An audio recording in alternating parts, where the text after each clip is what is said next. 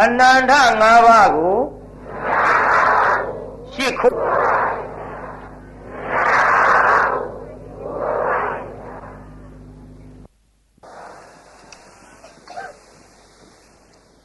အနန္တ၅ပါးရှိခိုးပြီးတဲ့နောက်ဘုန်းကြီးတို့ကြေညာထားတဲ့ဇတ်လန်းကဒီလိုဆိုလွန်တာပေါ့တန်တာကြီးမဟုတ်ဘူးဘုရားဟောကျမ်းဂန်တွေကရှင်မရဘုရားဟောကျမ်းဂန်ထဲမှာဒီလိုဆိုလွန်တာပေါ့ဆိုတဲ့အမည်နဲ့များပါသလားဘုရားမမေးနဲ့မပါဘူးကျုပ်ပါကျုပ်ရှာရှည်မှဲ့ထားဒါပတိပေးတဲ့နာမည်နဲ့တော့ကျုပ်ကြိုက်အောင်ဟောရရုပ်ရှင်နာမည်တွေနဲ့တစ်ခါတစ်ခါကျုပ်ကကန့်လန့်တိုက်မဲ့ဘုရားမှာနှခါဆုံးနေဆိုတာရန်ကုန်မြို့မှာစူပါဟိုက်ဖြူမှာဟောတော့ကယူလာလို့အဲ့ဒီကစပြန့်သွားချစ်စိတ်မရည်ရွယ်တို့အလူပေးတစ်သေးဖြစ်တို့အဲ့ဒီတရားတွေရန်ကုန်ပိုင်းမှာအတော်လေးပြန့်သွားတိတ်ခွေတွေကြောင့်အခုဘုန်းကြီးလည်းမနာရဘူးတိတ်ခွေတွေပေါ်တာကောင်းလဲကောင်းရဲ့တက်လည်းမသက်သာဘူးဇတ်ထုတ်တထုတ်ရောက်တဲ့နေရာဟောမလို့ကြံစီလိုက်တပည့်တော်တို့ရှိနာပြီးပြီဗျကြောက်မရောက်သေးဘူးခင်ဗျားတို့ဘယ်ရနာကက်ဆက်သေးကဗျပြီးတော့ဘုန်းကြီးလည်းတရားအသစ်ရှာရတာမသက်သာဘူးဒါကြောင့်တရားနာပြည့်တဲ့နာမည်လေးတွေဆန်းဆန်းပြပြပေးရမြင်းကြမှာမြို့တော်သိအောင်နဲ့ကျုပ်နဲ့ကတ်ရဲ့ရှင်ရဲ့ဇာယုန်တွေကထွက်ရင်တရားပွဲကထွက်ဇာယုန်နဲ့ခါတိုင်း16ညဟောနေကြမင်းညာ12မုတ်စီရီမှာမြို့တော်သိအောင်2ညတိုးလို့ကျုပ်လည်း16ညဖြစ်သွားတယ်မင်းသားတွေကမနေဘူးအဲ့ဒီတော့ကကျွတ်တို့ကနဲ့စိန်တို့လည်းပါတယ်ကနဲ့စိန်မသေးသေးဘူးအဲ့ဒီတော့နောက်တစ်ခါကျွတ်တို့ရွှေမန်းတင်မောင်သားများဝင်းဖို့တို့လည်းပါတယ်ပြီးတော့မြို့တော်သိအောင်ရွှေနန်းတင်အစရှိတဲ့ဖြင့်အတော်လေးမင်းသားတွေများတယ်သူတို့ပြောင်းမေသည်ကျုပ်မပြောင်း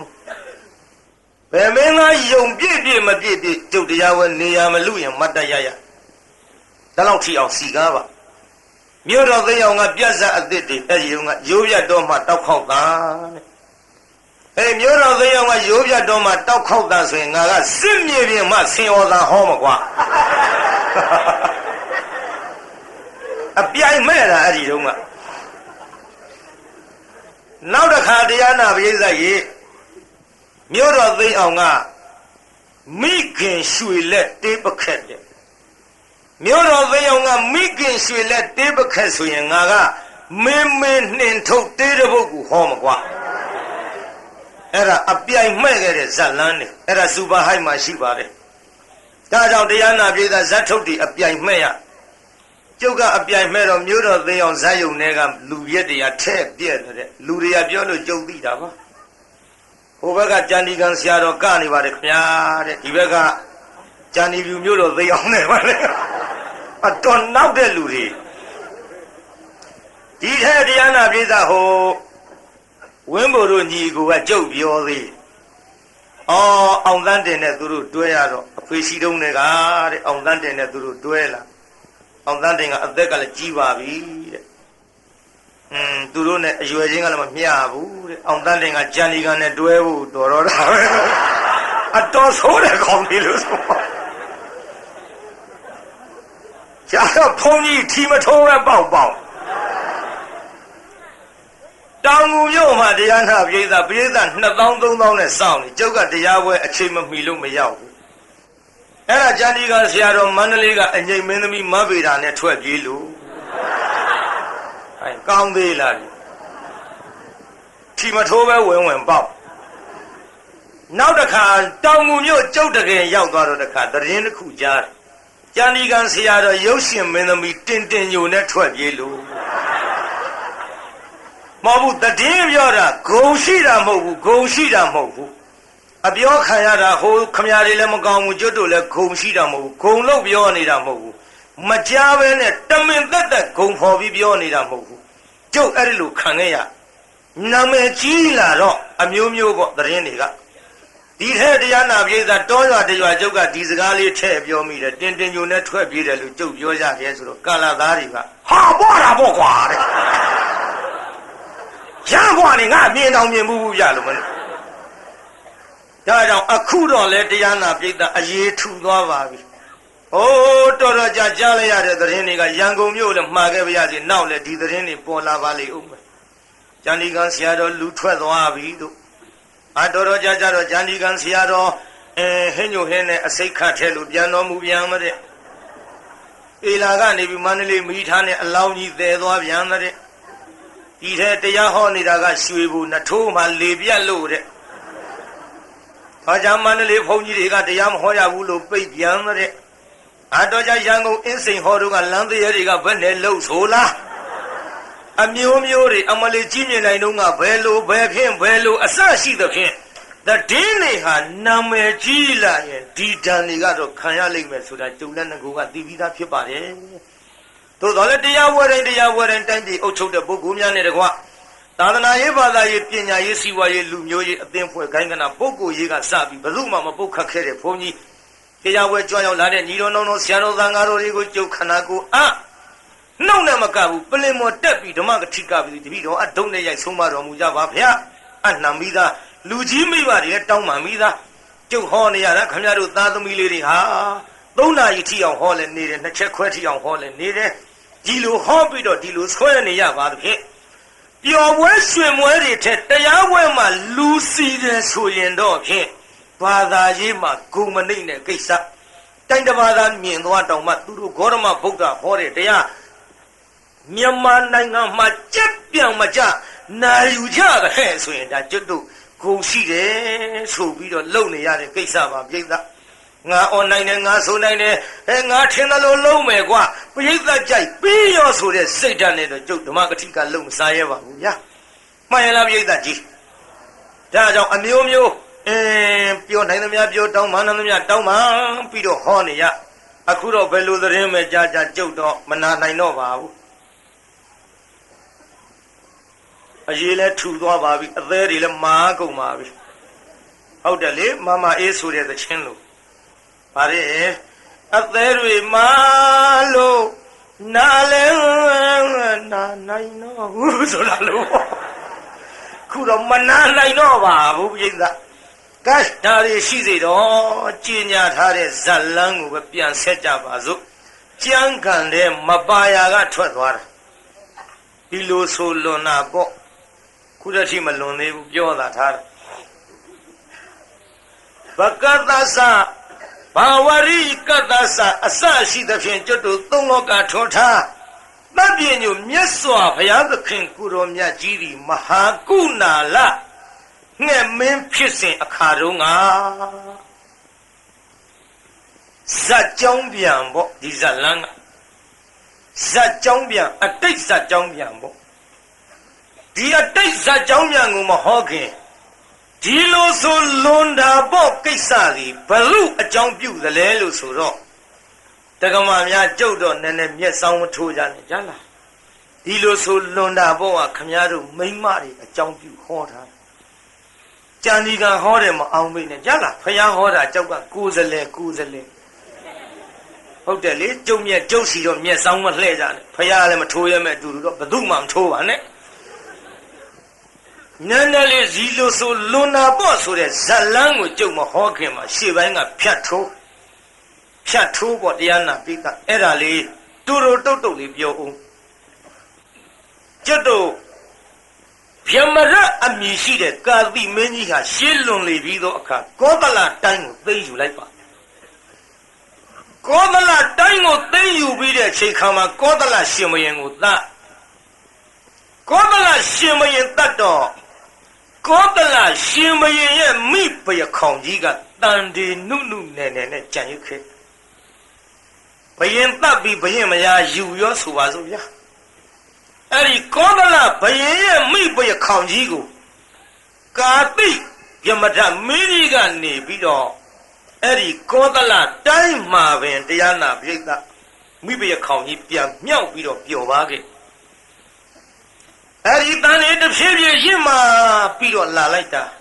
တူပေါ့6 လလွယ်10 လဖွာကြပါစို့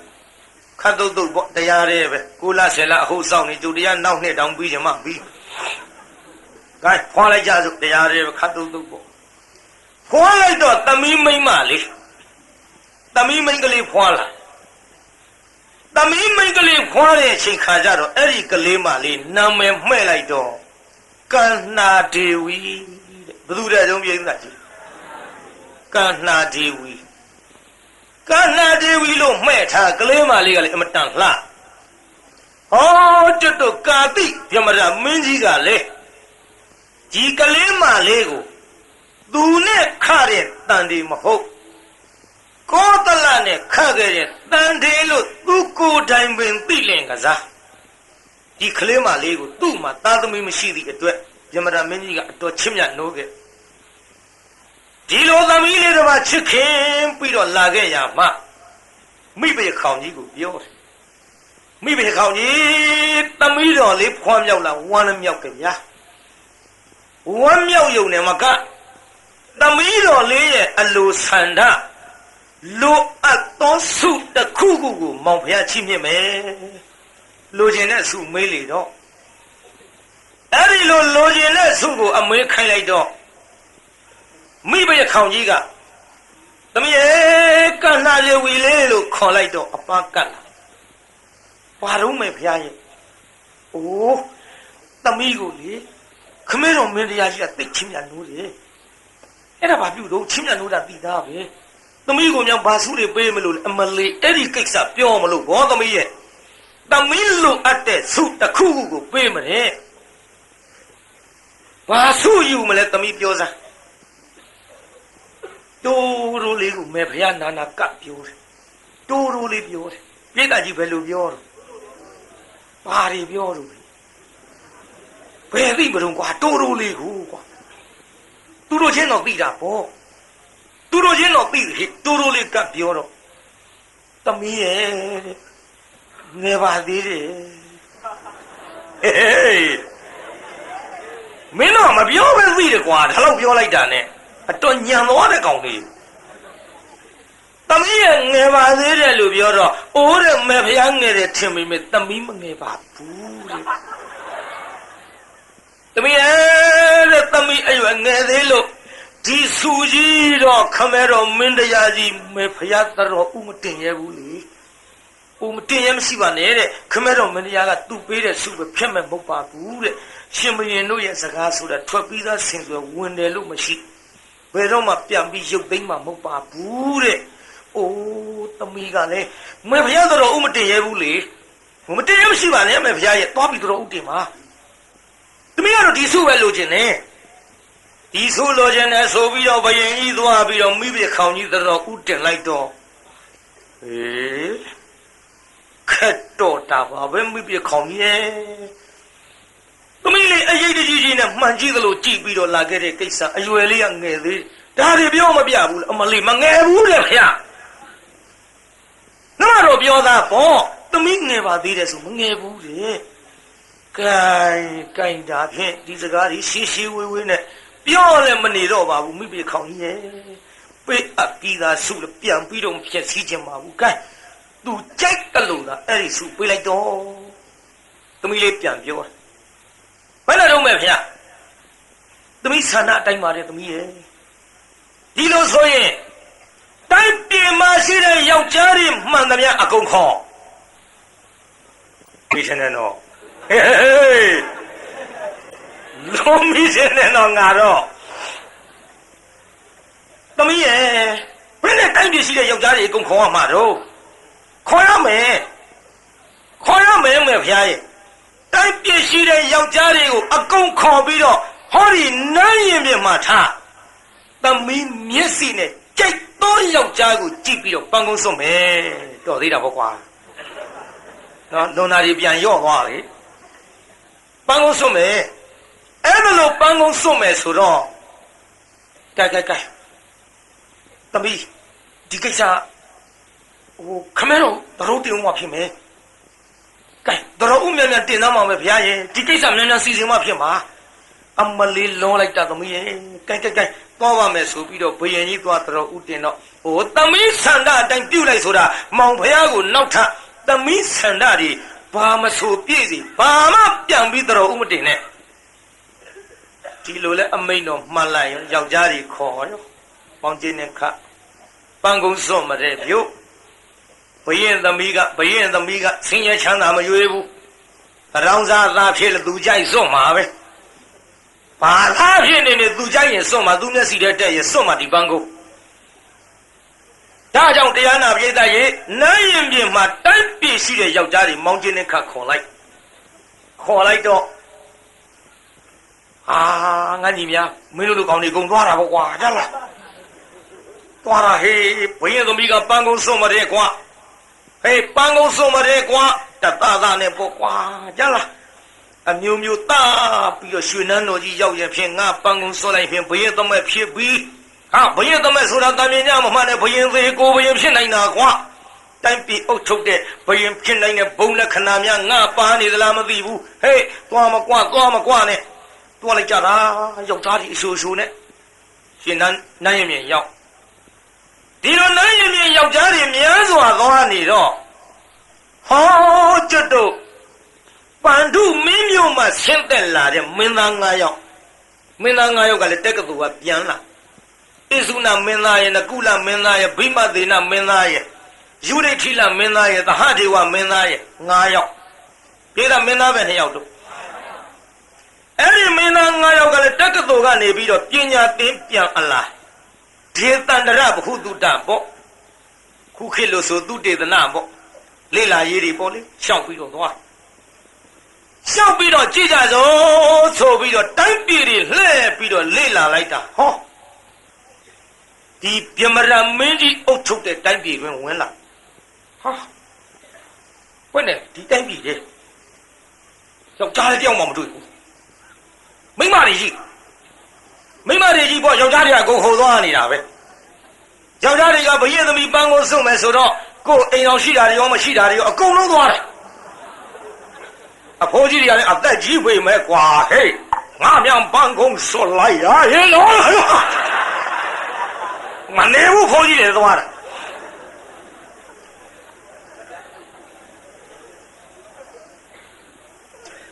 ဒီဟဲ့ခမရတို့ကရှင်မရတို့ဘုန်းကြီးတွေကောင်းမင်းနဲ့ကျမ်းဂန်နဲ့မပါဘူးဘုန်းကြီးတွေလို့အဲ့ဒီယောက်ျားတွေကြီးသွားဟိုကလည်းဝင်တာကဘုန်းကြီးကျောင်းဝင်တာမှမဟုတ်ပဲမြို့ထဲဝင်တာဒါကြောင့်ယောက်ျားမတွေ့ဘူးဘုန်းကြီးကျောင်းဝင်ဘုန်းကြီးကတော့ရှိတာပေါ့ဘုန်းကြီးမပါဘူးအဲ့ဒီဘွဲဒီလိုပြောကြစို့ gain တရားနာပရိသတ်ရေအဲ့ဒီလိုမိမတွေကြီးတွေ့ဟဲ့ညီကွာတို့တောင်းရဘယ်နဲ့လဲကွယ်မိမတွေရှိပါလားယောက်ျားတယောက်မှမမြင်ဘူးဟောနောက်ဗျာယောက်ျားရဟိုမှာလုံးနေတယ်ဗျာဟေးဟာနေအောင်ပဲလားကွာယောက်ျားတွေဟာတခုခုတော့အကြောင်းထူးတယ်လားညီဘွားတို့သွားကြည့်ရအောင်ဆိုပြီးတော့ပထမဆုံးတွေ့တဲ့ယောက်ျားကိုမေးဒီမှာတောင်ကြီးဟဲ့ဘာလို့ကွယ်မင်းသားဘာလို့ကြတာလဲမောင်ရင်တို့ကြည့်ရတာရှင်မရဲ့သားတွေနဲ့တူဟုတ်တယ်ခင်ဗျပန်တူမင်းမျိုးကဒါညီကို9ယောက်ပဲတက္ကသိုလ်ကပြန်လာတာကျွတ်တူမျိုးတဲ့ရှောက်ကြည့်လိုက်ယောက်ျားတွေတယောက်မှတွေ့လို့ဘယ်တွေ့မလဲကွာယောက်ျားတွေကုန်ဒီစုနာပဲယောက်ျားတွေဘာလို့ဒီလာစုနာတော့ဒီလာစုဆိုကွာမင်းကဲဒီလာငါပြောမယ်ဒီလိုကွာတူတူလေးကတ်ပြောလိုက်ဟာဟေးညီမတို့ပန်းကုန်းစုပွဲစကိုပဲကွာဘယ်သမီးကပန်းကုန်းစုမှာလဲလာတို့သွားကြည့်အောင်ကွာအိုးနောင်ဘုရားကလည်းမတော်တဆညီဘွားတို့ပြန်စွန့်လိုက်မှဖြင့်ရွှေနန်းတော်ခမဲတော်မဲတော်လည်းလွန်သေးတယ်အလုံးပေမဲ့လို့ကွယ်တို့တော့မျက်စိနဲ့မြင်မထင်ပါဘူးသူတိုင်းပြည်ကယောက်ျားကြီးသူခေါ်တာပဲလာခေါ်ကြစို့မင်းသား9ယောက်ကသွားကြည့်ရောင်လဲနဲ့ကန္နာဒေဝီမင်းသမီးကကြည့်လိုက်တာသူတိုင်းပြည်တွင်းကယောက်ျားတွေသူ့မျက်စိနဲ့တယောက်မှမတွေ့ပြီးရောတာထားတဲ့ကောင်တွေသူတိုင်းပြည်ကယောက်ျားတွေကိုတယောက်မှသူကြည့်လို့မရဘသုသွားမြင်လုံးဆိုတော့ဣသုနာမင်းသားနဲ့တကွညီကို9ယောက်သွားမြင်ဟဲကြည်စမ်းငါတိုင်းပြည်တွေကယောက်ျားတွေငါမျက်စိနဲ့တယောက်မှမမြင်ဘူးလှလိုက်တာမင်းသားလေး9ယောက်လှလိုက်တာ9ယောက်စလုံးလှနေတာပါပဲတော်ပြီ တော်ပြီတယောက်ထဲတော့မစွတ်ဘူးလွန်မဟိဒီတွေကစလွန်တာပဲကွာနောက်ပဲထီအောင်လွန်မယ်ဆိုတဲ့ဆက်နားထောင်ပေါ့တော်ပြီတယောက်ထဲတော့မစွတ်ဘူးမင်းသား9ယောက်စလုံးငါပန်းကုန်း9ခုပြုတ်ပြီးတော့9ယောက်စလုံးငါစွတ်လိုက်မယ်9ယောက်စလုံးပန်းကုန်းလိုက်စွတ်တသသားနဲ့ပေါ့ရှိသမျှအဝအစအောက်ဆုံးတသသားနဲ့ပေါ့ရှိသမျှအဝအစအောက်ဆုံးထည်လေးတွေပေါ့လေခေါက်ရိုးကျိုးနေတာလေအောက်ဆုံးထည်လေးတွေဝစ်လာတဲ့ကလာသားတွေအောက်ဆုံးထည်ဆိုလို့အထင်မကြီးနဲ့အဖုံးအောက်ကအောက်ဆုံးပြောတယ်ဓာတ်ကတစ်တာအဖုံးရှိနာဘူးကွာအဲ့ဒီအဖုံးအောက်တစ်ထည်ရှိတာအောက်ဆုံးဆိုလို့အထင်မကြီးနဲ့အဲ့ဒီအောက်ဆုံးထည်အဖုံးအောက်ကထည်ဒီဘောကဝစ်လာတာဟဲ့တတကနဲ့ဝစ်ပြီးတော့သူတို့ကိုစွတ်လိုက်မယ်လို့ထင်တာပန်းကုန်းကြီးယူလာကလေးကငါရှိလာတာကွာငါရှိလာတာကွာစွတ်ဟာဟောလာပဲနဲ့လုံးလိုက်ပါလေဟာဒုတိုင်းပြန်လည်းမဟုတ်ဘူးကြည်စမ်းကွာဟေးဒုတိုင်းပြန်ကယောက်ျားတွေဘယ်သူမှမစွတ်ဘူးဟေးမအော်နဲ့ဘုရင်ကြားလူဒုက္ခများနေမှာသူကြိုက်တာသူစွတ်တာဒါထိုင်နေကိုပါဘူးကိုရေစက်မရှိလို့ကိုမကြိုက်လို့မှမစွတ်တဲ့ကိစ္စကြီးဘာပြောစရာလို့သာထိုင်းနေချိုးဖိုးကြီးရမတ်တက်ရအိချာကြီးငါစွတ်လိုက်မယ်ထင်တာကွာခမရနေဗျာကျွတ်တို့တင်မယ်တလုံးလှတဲ့ကောင်တွေမှမစွတ်ဖဲနဲ့ခမရအဖိုးကြီးစွတ်ပါဟဲ့ကောင်အဖိုးကြီးပြင်မဲ့ဘာဆိုင်လို့ကွာအဖိုးကြီးရဲ့ထင်မသေးပါနဲ့ကွာဓမ္မနတ်ပြိုသန်လားဟဲ့ကောင်လေးနတ်အိုပေါင်းကျိုးသလောက်ကြီးတော့အဖိုးကြီးလည်းမလျှော့ဘူးကြိတ်တရားနာပရိသတ်ရေပြောရင်ဆိုရင်လည်းမင်းသား9ယောက်စွတ်တာမျက်တောင်မခတ်ကြည့်ပြီးတော့ငိမ့်နေကြမိဘရခေါင်ကြီးကပန်းကိုစွတ်ပြီးပြန်လာတဲ့သမီးလေးကပြောတယ်သမီး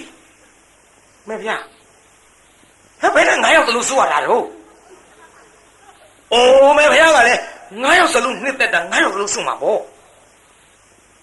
လွန်နာပေါ့သမီးရဲ့မလို့မဘူးမဲ့ဖရားရဲ့9ယောက်စလုံးနှစ်သက်တာ9ယောက်စလုံးပဲစွန့်မှာပေါ့သမီးရဲ့9ယောက်စလုံးဆိုတော့အိုးမေဖရားကလည်းကြောက်ဖန်ပြီးတောင်ပြီးတော့တွေးမနေပါနဲ့သမီးနှစ်သက်လို့စွတ်တာခမဲတော်သာတတော်ဦးတင်ပေးကဲဒီလိုနဲ့ပဲတရားနာပြိဿရေသွားပြီးတော့တတော်ဦးတင်မောင်ဖရားတဲ့သမီးတော်ဒီကိုတိုင်းပြည်ကယောက်ျားတွေကိုတယောက်မှပန်းကုန်းစွတ်ဖဲနဲ့တပါးသောတိုင်းပြည်ကမင်းသား9ယောက်ကိုပန်းကုန်းစွတ်လိုက်တယ်9ယောက်စလုံးနှစ်သက်တာတဲ့မောင်ဖရားရဲ့ငါသမီးလေးကြိုးရှည်ရှည်နဲ့လွတ်ထားလွန်ရောထင်ရဲ့ကွယ်9ယောက်စလုံးဆိုတော့မောင်ယောက်ျားကောင်းတော့လေမောင်မ1000ယောက်ျားကောင်းမောင်မ1000ဆိုတာအဓိကဖြစ်သောယောက်ျားများသည်မိမသားများကို1000နဲ့မကမိဖုရား16000စံစားတော်လည်းပဲဘာမှမပြောပလောက်ဘူးမိခလေးတယောက်ထဲလောကယောက်ျား2ယောက်တိတိတန်တာမှမရှိတဲ့ကိစ္စကြီး9ယောက်စလုံးဆိုတော့လွန်တာပေါ့မိဖုရားကြီးရဲ့မတော်ဘူးထင်ရဲ့မတော်နေဗျာသူကတော့သူဆန္ဒအတိုင်းပြုတ်ကုန်ပြီကဲဒါဖြင့်နေပါဦးဒီမင်းသားတွေကဘယ်မင်းမျိုးလဲပန္တုမင်းမျိုးတွေပဲပန္တုမင်းမျိုးဆိုရင်မင်းငါမွေးတယ်မင်းသမီးဟာမင်းငါမွေးတယ်မင်းသားနဲ့ဆိုတော့သမီးကိုငါပေးထားတဲ့စုကိုပြန်ပြီးတော့ဖြစ်စည်းဖို့ဆန္ဒမရှိကဲသူ့ဆန္ဒအတိုင်းသာပေးအပ်လိုက်ပါမိဘခေါင်ကြီးပေးလိုက်ရောမင်းသား9ယောက်ဟောလက်စနေတော့ဟောမှာပေါ့ဗျာနော်9ယောက်မဟုတ်ဘူးကလွန်နာပေါ့ဆိုတဲ့အတိုင်းလွန်နာပေါ့ဇတ်ထုတ်ကငါမနှဲချထားရတာဒီလိုနဲ့တရားနာပြေးတာမင်းသား9ယောက်ညီကိုအရင်နဲ့ဆိုတော့လေတင့်ကြပါတယ်ရမဖြစ်ကြပါဘူးမခုတ်ကြမထစ်ကြမရိုက်ကြမသတ်ကြပါဘူးလောကကြီးနော်ပရိသတ်ကြီးမကြားစဘူးအကြားထူးတဲ့ဇာလန်းမှာကျမ်းဂန်တွေကထုတ်ဟောတာပါဟိုတေတကုဏဇတ်ထဲကကျုပ်ထုတ်ဟောနေပါတယ် ဒီတော့တရားနာပရိသတ်ကြီးခမည်းတော်အခုခေတ်မှာမိန်းမတစ်ယောက်တည်းယောက်ျားနှစ်ယောက်တိတိတာတာအဖြစ်ကျွတ်တို့တိုင်းပြည်မရှိပါဘူးမရှိပါဘူးတိတိတာတာကတော့ရှိကုန်မရှိတာဟောပြောရမယ်ဘုန်းကြီးယွန့်သွားအောင်ယောက်ျားတစ်ယောက်တည်းမိန်းမနှစ်ယောက်ယူထားတာ9ယောက်ယူထားတာ16000ယူထားတာရှိပါတယ်ကျွတ်တို့တိုင်းပြည်မန္တလေးကျွတ်တို့ရေအိုးစင်တွေမှာကတိတတ်ထားတယ်မန္တလေးရတကားတယောက်ကုသိုလ်ကောင်းမှုရှင်တတ်တာဥတ္တမြင့်နဲ့ဇနီးများရှိတယ်မန္တလေးရောက်တဲ့ခါသေချာကြည့်ကြလားဟိုရေအိုးစင်လေးတွေတတ်ထားတာဥတ္တမြင့်နဲ့ဇနီးများကျုပ်ကမသိလို့မေးကြည့်ဇနီးများဆိုပြီးအလျောက်ဇနီးများပါပဲဗျာဘယ်နှစ်ယောက်ရတော့ကျုံမသိဘူး5-6ယောက်တော့သိရဲ့နောက်ဒါကြောင့်တရားနာပြေးသားယောက်ျားမှဒီလိုရှိတော်လဲမိမသားဆိုတာရှိဖို့ခက်တယ်ဘာကြောင့်တော့မိမသားဆိုတာပါဇက်သူတို့အားယောက်ျားဆိုတာလက်ပါရက်ခုတ်ကြထေကြရိုက်ကြတတ်ကြဒါကြောင့်လောကကြီးမှာနှစ်ခုမရှိတဲ့ကိစ္စဟာအများကြီးရှိပါတယ်ဘယ်လိုနှစ်ခုမရှိတဲ့ကိစ္စအများကြီးရှိသလဲအိမ်တက်အိမ်မှာ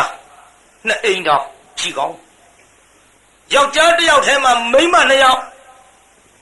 ရှိလို့မကောင်းမိန်းမတစ်ယောက်ထဲမှာယောက်ျား2ယောက်ရှိလို့ဘယ်တော့မကောင်းပြီးတော့တခါကျောင်းတစ်ကျောင်းထဲမှာဘုန်းကြီး2ပါးဘယ်တော့ဟန်ကြဘူးရွာတစ်ရွာထဲမှာကျောင်း2ကျောင်းဘယ်လိုဟန်ကြပါလဲပြောပြေဘူးနှစ်ခုဟန်မကြတဲ့သဘာဝတွေရှောက်ပြောနေတာပြိဿနောက်တစ်ခါ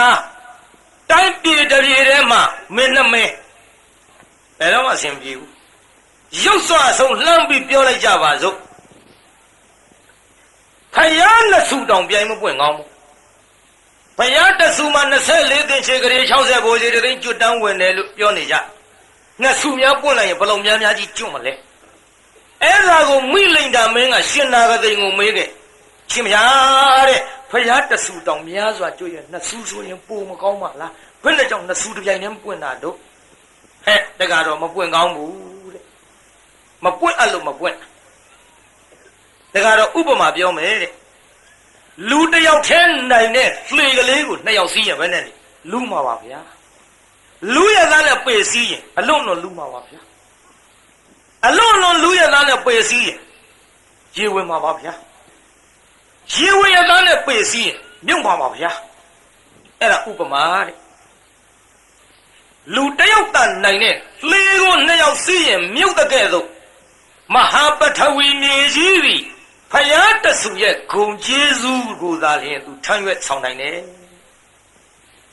ဘုရားကိုရောမြတ်ကြီးပဋိသန္ဓေယူစဉ်ကစ၍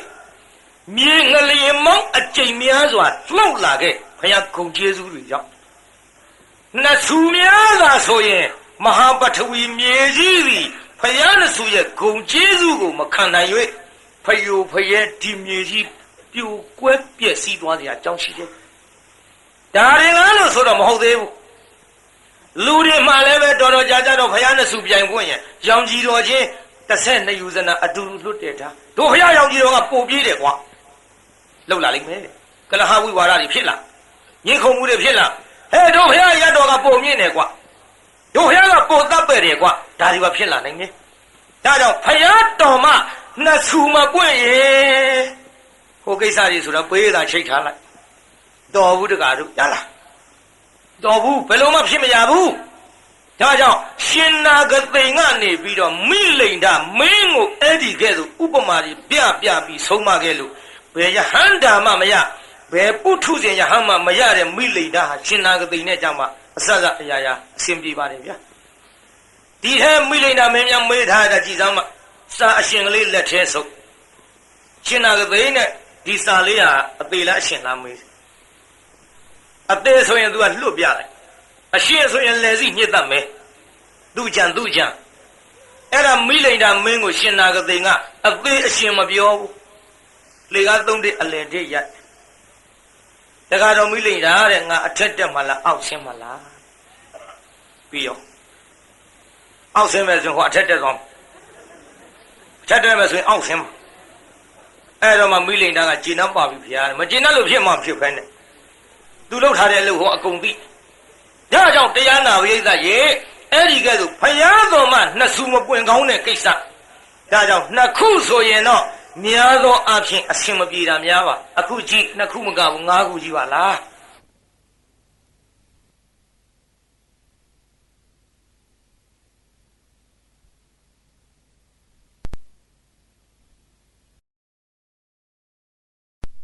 ပြည်သားကြီးခုပဲခုကြီးတော့အဲ9ယောက်နဲ့အတူတကွနေပြီးတော့လာခဲ့ရအဲ့ဒီကန္နာဒေဝီမိဘခေါင်အပားမှာကပ်ပြီးပြုစုနေတဲ့ယောက်ျားတစ်ယောက်ရှိတယ်ငကုံးနဲ့ဘသူတဲ့တုံးပြိဿအေးငကုံး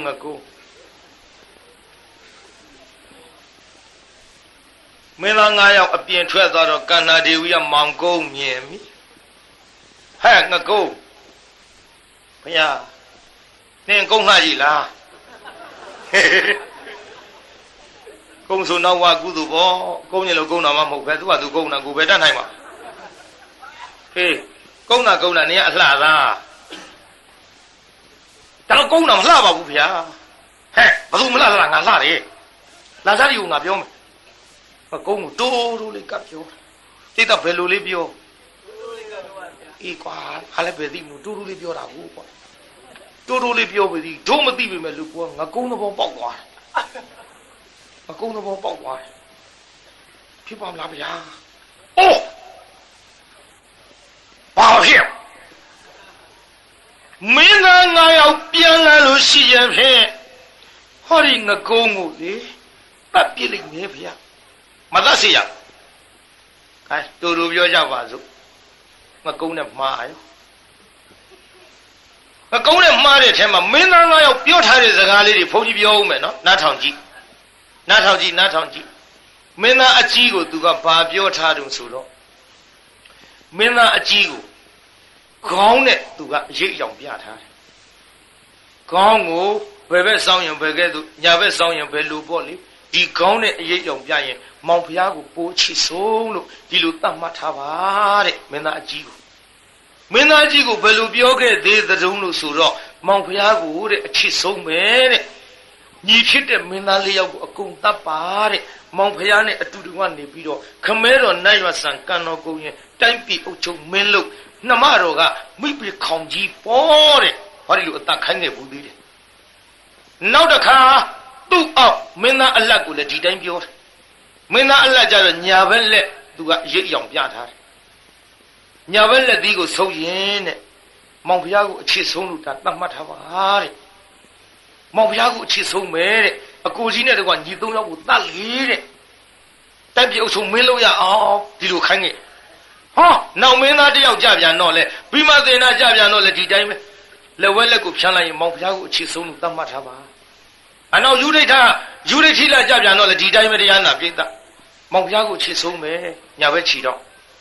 ဟောတဟဒေဝအငယ်ဆုံးလေးကြပြန်တော့လက်ဝဲခြီတော့အရေးရောင်နေအကုန်ပြငကုံးကြတော့ဘာပြောထားတယ်ဆိုတော့မင်းလေတဲ့ဟိုသူတို့ရှေ့လည်းပဲမသိအောင်တဲ့မင်းကိုရှာနဲ့အရေးရောင်ပြမယ်တဲ့ငကုံးကြတော့ရှာနဲ့အရေးရောင်ပြထားအဲ့ဒီလိုနဲ့နေလာခဲ့ရတရားနာပြိတ္တကန္နာဒေဝီမင်းသမီးယောဂအသက်တာဖြစ်လာဒီလိုယောဂသက်သာဖြစ်လာတဲ့အချိန်ခါမှာကန္နာဒေဝီမိဖုရားသည်ကန္နာဒေဝီမင်းသမီးသည်အပန်းကိုကပ်ပြီးတော့ပြုစုတဲ့မင်းသား9ယောက်လည်းရှိတယ်မင်းသား9ယောက်ကမင်းသားအကြီးတုန်းကခေါင်းပါနောက်အစဉ်လိုက်ပေါ့ညာဘက်လက်ဘယ်ဘက်လက်ညာဘက်ခြေဘယ်ဘက်ခြေမင်းသား9ယောက်လက်ခြေခေါင်းဆိုတော့9ယောက်ပြည့်သွားငကုံးကခြေရင်ကဒူးလေးတုတ်ထိုင်မင်းသားကြီးကိုသူကခေါင်းရိပ်ရောင်ပြတယ်မင်းသားလေးတွေကကြည့်နောက်မင်းသားအလတ်ကိုညာဘက်လက်နဲ့ပြနောက်တစ်ခါဘယ်ဘက်လက်နဲ့ပြညာဘက်ခြေနဲ့ပြဘယ်ဘက်လက်နဲ့ပြမင်းသား9ယောက်ပြည့်စုံအကုန်ပြလိုက်အကုန်ပြပြီးတော့ကျန်းနေတဲ့ငကုံးကြတော့နှခမ်းကတရေကိုသိမ့်လို့နဲ့ရှာကလေးနဲ့ရိပ်ရောင်ပြအစ္ဆုနာမင်းသားစဉ်းစားတယ်ကြည်စမ်းဒီမင်းသမီးညီအကူ9ယောက်မင်းသားနဲ့အတူတကွနေရတော့လေ မင်းသား9ယောက်စလုံးသူအရေးအယောင်ပြခြေရင်းထိုင်နေတဲ့ငကုံပြတာပဲဒီမိမအကုန်ပြတယ်မိမပဲနေပါအောင်အရေးအယောင်ဘိသနဲ့တော့ခက်နေပြီအကုန်လုံးသူအရေးအယောင်ပြနေတယ်အကုန်လုံးအရေးအယောင်ပြတယ်မိမဆိုတော့မဖြစ်ဘူးညီလေးတွေခေါ်ပြီးတော့တိုင်ပင်မလက်ကုပ်ပြီးညီလေးရောက်ခေါ်သွားညီလေးရောက်လက်ကုပ်ခေါ်သွားပြီးအပြင်ဘက်ရောက်ဟဲ့ညီမတို့နောင်ဖျားကိုလေကန္နာဒေဝီမင်းသမီးကခေါင်းနဲ့အရေးအောင်ပြတာသိကြရဲ့လား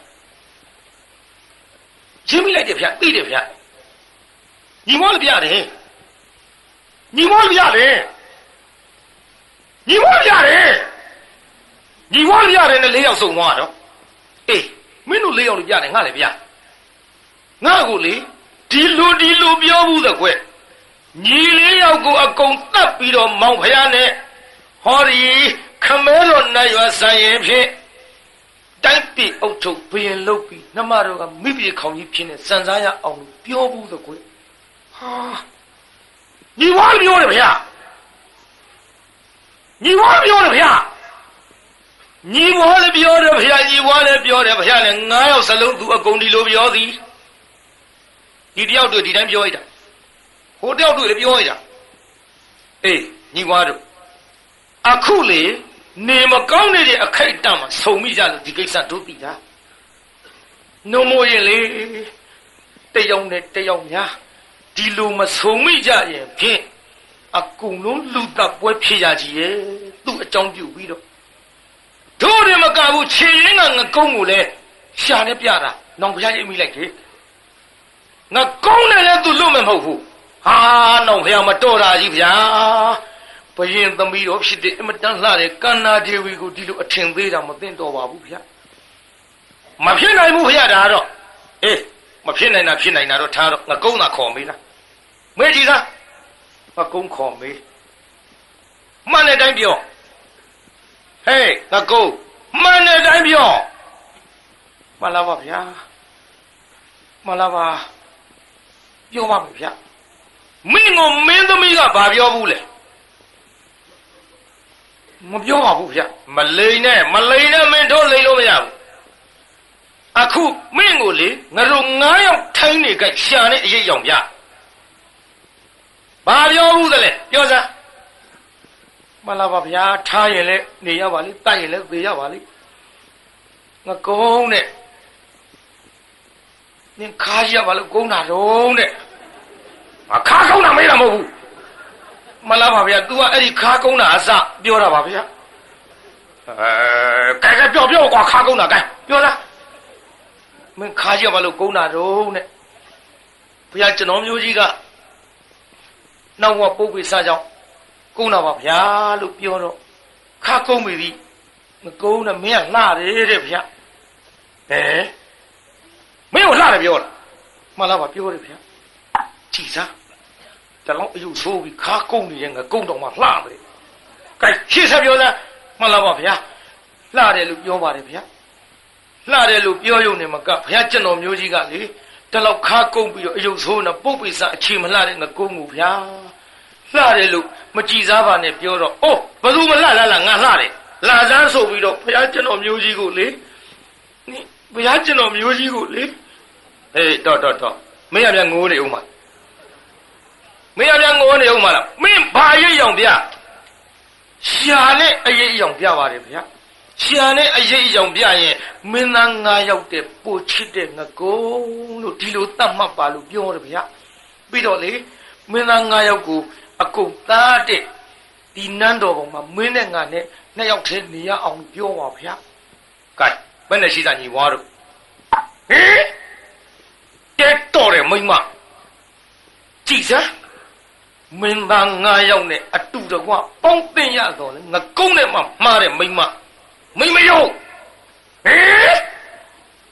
မိမယုံဟာဒေါ်လာဖြစ်ကုန်နောက်ဖျားတတ်ပြမယ်တတ်မယ်ဒီမိမဟဲ့ညီဝါဗျာမတတ်နဲ့ကာမတတ္တဝါဆိုတာမိမတယောက်ဒီလောက်ဖောက်ပြန်တာကိုငါတို့တွေ့ရတော့လေ ယောက်ျားဖောက်ပြန်တာကြတော့မင်းတို့ငါတို့သတိမထားမိပါလားညီဘွားတော့ဗျာငါကုန်းကြည့်သားငါကုန်းကြည့်သားဘယ်မိမနှစ်သက်လောက်เสียရှိလို့လေဒီငါကုန်းထီအောင်သူ့မားလို့သူ့မားတာကိုပဲငါတို့ကဆိုလင့်ကစားညီဘွားတို့ယောက်ျားသားဖြစ်တဲ့ငါတို့6ယောက်သည်ငါကုန်းကနောက်မှဆိုတာထားတော့ငါတို့ညီအကို9ယောက်သည်တယောက်နဲ့နှာတယောက်ကြည့်ရဲ့ဟင်တယောက်နဲ့တယောက်တော့ထမင်းအတူစားရဲ့နေရဲထိုင်ရဲပျော်ရဲပါရဲနဲ့ငါတို့ယောက်ျားတွေသည်ပင်တလောက်ထိအောင်အရှက်အကြောက်ကင်းကထိုမိမသည်ဖောက်ပြန်ခြင်းမကင်းဘူးညီပွားတို့မှားပြီလိမ့်မပေါ့ကဲတလောက်ဖောက်ပြန်တဲ့မိမကိုငါတို့အနေနဲ့ဆက်လက်ပြီးတော့လည်းပဲသူ့လည်းဘာမှဒုက္ခမပေးခြင်းနဲ့သူ့စွန့်လှုပ်ပြီးတော့ညီပွားတို့သွားကြလို့ဟိမဝတ္တတော်ကိုမှီပြီးတော့ရသေးဟန်ဝေကြပါကုန်စို့ပြစ်ထားခဲ့ရောအဲ့ဒီကန္နာဒေဝီကိုပြစ်ထားခဲ့ပြီးတော့မင်းသား9ယောက်သည်ဟိမဝန္တာမှာယဟန်ပြုတ်ပြီးတော့သူတို့ဒီဘဝကစုတည်တဲ့အခါလာရဂရိသူတို့ကံအတိုင်းလာရတယ်လို့ကြံကောင်မှရှိပါတယ်ဗျာဒါဒီလိုဆိုလွန်တာပေါ့ဆိုတဲ့ဖြတ်ထိုးဇလံအစပေါ့နောက်ဆုံးညဆိုတော့ပြေးသားကြီးလည်းနာတော့နာနိုင်မှာပါပြေးသားကြီးနာနိုင်တော့ရမဟုတ်လားပြင်းများပြင်းသလားမင်းတို့မပြင်းရင်ပြီးတာပါအိမ်များအိတ်ရှင်သလားမေးရသေးတာဘုန်းကြီးလိုက်မသိရကြမှာစိုးလို့ရှင်းတော့ကဘုန်းကြီးတို့ကရတောင်ကြီးပိတ်စောဟောတာနောက်ကလူတွဲလောက်ကလက်ပြီးမရှိဘူးတက္ကမတယောက်ကရှင်းတော့ကကလေးလေးပွေးပြီးကလေးလေးကလည်းအိတ်နောက်လှည့်ကြည့်တော့ဖော်ရမရှိဟုတ်တော့ဘုန်းကြီးရတောင်ကြီးပိတ်စောဟောတာလူတွေပြန်တော့မှမြင်ရဖော်ရပြန်ကုန်ပြီပေချင်းစိုးလေးကတော့အိတ်တာကလေးသွားဆဲကြီးစားအိတ်လိုက်တာကျင်လိုက်တဲ့ခြေထောက်ကလည်းတော့ဆေးလေးတို့ညှက်လို့မရတတွဲဆိုးလို့မရထူပါဘူးဆိုပြီးတက္ကမကလေးပိုက်ရောဆွဲစိတ်ရောဆွဲစိတ်တော့ကလေးကကော့ထိုးငိုတာပေါ့ကလေးငိုတော့မှဘုန်းကြီးလည်းကြားတရားလည်းသိရောဆိုပြီးဟဲ့ပေချင်းစိုးလေးမိုးအနေနဲ့နေရဖေးကခုတိပြီးမှမချသေးဘူးဘုန်းကြီးအလိုက်မသိတော့အပေးစားခံရဒါကြောင့်တရားနာပရိသတ်ရေကျွတ်တို့ကတော့အလိုက်သိသည့်မေးမြန်းဟောရပါတယ်ကဲဒီလိုဆိုလွန်တာပေါ့ဆိုတဲ့ဇတ်လန်းကိုစကြပါစို့ခေါင်းကလည်းဒီလိုဆိုလွန်တာပေါ့ပဲအခုလည်းလွန်တာပေါ့ပဲပရိသတ်အခုလည်းလွန်တာပေါ့အခုလွန်တာပေါ့ဆိုတဲ့ဇတ်လန်းကိုစကြပါစို့ဘာယာနာတိုင်းပြည်မှာဘကဆိုတဲ့ရှင်မယင်ကြီးအုပ်ချုပ်အဲ့ဒီဘကဆိုတဲ့ရှင်မယင်ကြီးအုပ်ချုပ်တဲ့ချိန်ခါမှာမြို့အရှိတကားမှာအင်မတန်ဆင်းရဲတဲ့သူဆင်းရဲလင်မယားရှိအဲ့ဒီသူဆင်းရဲလင်မယားသည်မွေးဖွားလိုက်တဲ့သမီးလေးကမွေးဖွားလိုက်တဲ့သမီးလေးနာမည်ကပင်စပါပီဘသူတဲ့တို့ကြာဘူးသားပဲမအောင်မေးနဲ့ဇလန်းဆုံးအောင်နားထောင်ဘယ်လိုလွန်သွားတယ်ဆိုတာဒီတော့ကြာပေါ်လာလိမ့်ဟောခင်ဗျားတို့ကြားဘူးတဲ့ဓာတ်ပြားတွေကပင်စပါပီကသူ့အမွန်းတင်ပြီးတော့ဟိုကျွတ်တူအတန်သွင်းထားတာမဟုတ်ဘူးဒါသူ့တစ်ခုတည်းဟောတဲ့ဇလန်းပင်စပါပီဆိုတာမြန်မာလိုပြောရရင်ပင်စက5ခုပါပီဆိုတာရုပ်ဘာတွေရုပ်တာတော့5ခုသလုံးအယုတ်ဆိုးတဲ့မိမခြေရောလက်ရောအကုန်လုံးပြင်စ5ပါးအကုန်ရုပ်ဆိုးတဲ့မိမအဲ့ဒါလို့ထိအယုတ်ဆိုးရှာလွန်းတော့လေသူ့မိခင်ဖခင်ရဲ့ကျွေးမွေးပြုစုစောင့်ရှောက်မှုကိုများစွာမှခံယူရတော့လေသူ့ဘဝလေးသူ့တွေးပြီးတော့ဆင်းရဲရှာလွန်းလို့လူဖြစ်ကြမှာလေခုဖြစ်ထွေပုတ်ဝေးကညှိုးရာမောငိုရှာမယ်ပေါ့မိန်းကလေးသဘာဝသူများလူလဲလူတယ်မသွားရဲ့လူတယ်သွားပြန်တော့လဲတို့တွေနဲ့ထွေးကြမျက်စောင်းထိုးကြဟေးတို့တော့မကတ်နဲ့ညီငါတော့မတိုးနဲ့အယုတ်ကဆိုးသကိုအဲ့ဒါလို့အယုတ်ကဆိုးရှာတော့ လူဖြစ်ကြမှာလေခုဖြစ်ထွေပုတ်ဝေကညှို့ဟောရမောရုပ်ရည်ကြမှာဆွလာပါသည်မြင်မြတ်မှာမဂရီဘူးတဲ့ပိစပါပိအမွေပိစပါပိအမွေမွေးတွေပါလေရိုက်ဆုံးမှာဘုရားပွဲတယ်ဆိုရင်ဆိုဘူးလားပြိဿကြီးတွစ်စားကြရဲ့ရှင်တို့ရဲ့ဝိဒါနကုသိုလ်ကလည်းနေရကြဟောင်းအတအရင်မအများတလွေမဲရရဲ့တော့ဟမလေးရှိကဝုတ်ပဲရှိကဝုတ်ပဲကျမရဲ့ကုသိုလ်ကံငိုရှာတကူဗျကုသိုလ်ကံနဲ့လုံးလို့ငိုရှာတကူပြိဿငိုရင်ကနေပြီးတော့ဟဲ့သမီးခက်တော်တာပဲပုပ်ပေစကြောင့်ရုပ်ရည်မလှတာငါသမီးနေစဉ်နဲ့အမြငိုးနေအဖေတို့အမေတို့ကမျက်ရည်ဝိုင်းကြရတဲ့ရက်တည်းမြလှပါပြီသမီးရဲ့နဲ့ကိုင်းတိတ်သမီးလောကရန်၈ပါးဆိုတာတနေ့ကြတော့လည်းပဲဒီဘဝဆင်းရဲပေမဲ့လို့ငါသမီးရဲ့တဖြည်းဖြည်းနဲ့ချမ်းသာလာအောင်မှာကိုလေအဖေတို့အမေတို့ခံစားရအောင်မှာမြင်ပါတယ်ဒါကြောင့်ငါသမီးကိုမျက်စိအောက်တင်းတချို့ဆင်းရဲရာကနေပြီးတော့ချမ်းသာသွားတယ်ချမ်းရံသားရာကနေပြီးတော့မွဲသွားတယ်ကာမခိုင်းတန်းနိုင်အိမ်ဆောက်တော့လေကံမောက်လျင်ကျိုးတဲ့သမီးရဲ့ကဲငါသမီးစိတ်ချမ်းသာအောင်သာနေတော့ဆိုပြီးထားခဲ့ရတရားနာပိသညအခါကြတော့ပြင်စပါပီတို့ကစားကြဘယ်လိုကစားတော့ဆိုတော့ကျွတ်တို့ခုခေတ်လို့ဆိုထုတ်စီတိုးရမ်းပေါ့ပိသကြီးဘာလို့တန်းကစားထုတ်စီတိုးရန်တရားနာပြီအခုထုတ်စီတိုးရန်နဲ့ကျွတ်တို့ငယ်ငယ်တုန်းကကျုပ်တောင်ရှင်လိမ်ပြန်တုန်းကထုတ်စီတိုးခဲ့ဘူးတဲ့ရိုးထုတ်စီမဟုတ်ဘူးကျုပ်ကဖက်ထုတ်တိုးခဲ့ဘူးလားဖက်ထုတ်ဆိုလို့ကိုကျုပ်ကရှင်လိမ်ပြန်ငါစားဒီလိုထိမယုံနဲ့မရဘူးသူတို့ကဖက်ထုတ်ဆိုတဲ့အတိုင်းစီးပေါ်မှာအာတန်တဲ့လူကဆွဲပြီးဖက်ထားအဲ့ဒီဖက်ထုတ်ကျွတ်တို့တိုးခဲ့ဘူးပါတယ်တရားနာပြိဿကြည့်အခုဟိုမှာအဲ့ဒါလိုကစားကြဘကရှင်မင်းကြီးကလည်းတိုင်းပြေကိုလှဲပြီးတော့တရားနာပိတစနေနာတဲ့အချိန်ပေါ့စနေနာတဲ့အချိန်ပြင်စပါပီနဲ့တွေ့တော့မယ်ပြင်စပါပီဒီဘာဖြစ်လို့အယုတ်ဆိုးတယ်လဲဆိုတာဟဲ့တရားပွဲထဲပါလာတဲ့ငတ်နှမများနဲလေးနားထောင်ကြစားဟဲ့ပြင်စပါပီအယုတ်ဆိုးတဲ့အကြောင်းလေးငါပြောဟောနောက်ဘဝတုန်းကသူသည်ပြစ္ဆေကဗုဒ္ဓအရှင်မြတ်ကြွလာသောခါသူ့အလုတ်ကဘာလုပ်ရလို့ဆင်းရဲလို့မြင်ညက်ကလေးတွေကိုနဲပြီးတော့အိုးလုံးမလို့အဲ့ဒီချိန်ခါမှာပြစ္ဆေကဗုဒ္ဓအရှင်မြတ်ကြွလာပြီးတော့ပြစ္ဆေကဗုဒ္ဓအရှင်မြတ်ကရက်ကြည်စမ်းမတော့ဒီအရှင်မြတ်နဲ့မြင်ညက်ကိုတောင်မှလာပြီးတော့အလှခံတယ်မြင်ညက်ကလေးကိုတောင်မှမရလေရောသလားမျက်စောင်းလေးထိုးလိုက်တယ်ငါနှမများပြစ္ဆေကဗုဒ္ဓကိုမျက်စောင်းထိုးတာဟဲ့ဒေါသလေးနဲ့ပေါ့မြင်ညက်ကိုတောင်မှလိုက်ပြီးတော့အလှခံရ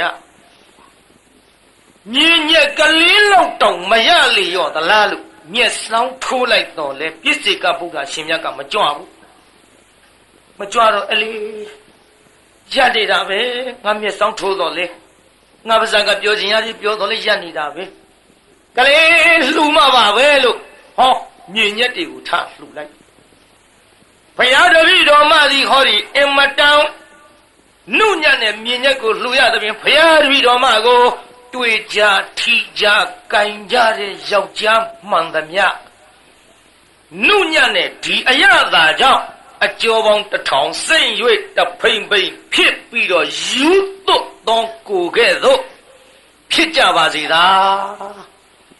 မြင်ညက်လှူတာအဲ့ဒီလိုမြင်ညက်လှူပြီးတော့အဲ့ဒီဘဝကစုတည်ခဲ့တယ်ဆိုကြပါစို့အဲ့ဒီဘဝကစုတည်ပြီးတော့ဟောဒီဘာယာနတိမြို့အရှိတကားမှာသူဆင်းရဲလင်မယားရဲ့သမီးပြင်စပါပြီလာဖြစ်ခဲ့ဒီလိုပြင်စပါပြီလာဖြစ်တဲ့အချိန်ခါကျတော့အယုတ်ကတော့ဆိုးရတာတရားနာပြိဿနေဆိုရင်သူဘယ်သူမှမကြည့်ချင်ဘယ်သူမှလည်းမကြည့်ချင်ဘူးသူမှလည်းသူ့ဘာမကပ်ဘူး ညအခါမှာထုံစီတန်ကစားကြတဲ့အချိန်ဟောဘယင်ကြီးကလည်းစုံစမ်းရတိုင်ငံစင်ပြူတော်နဲ့မလှိလိပဲနဲ့စလဲနာတယ်ဆိုတဲ့ကိစ္စကတရားနာပိဋကလူသားမန်တို့ကဲ့သို့လူမသိအောင်ပေါ့ဘယင်မမသိအောင်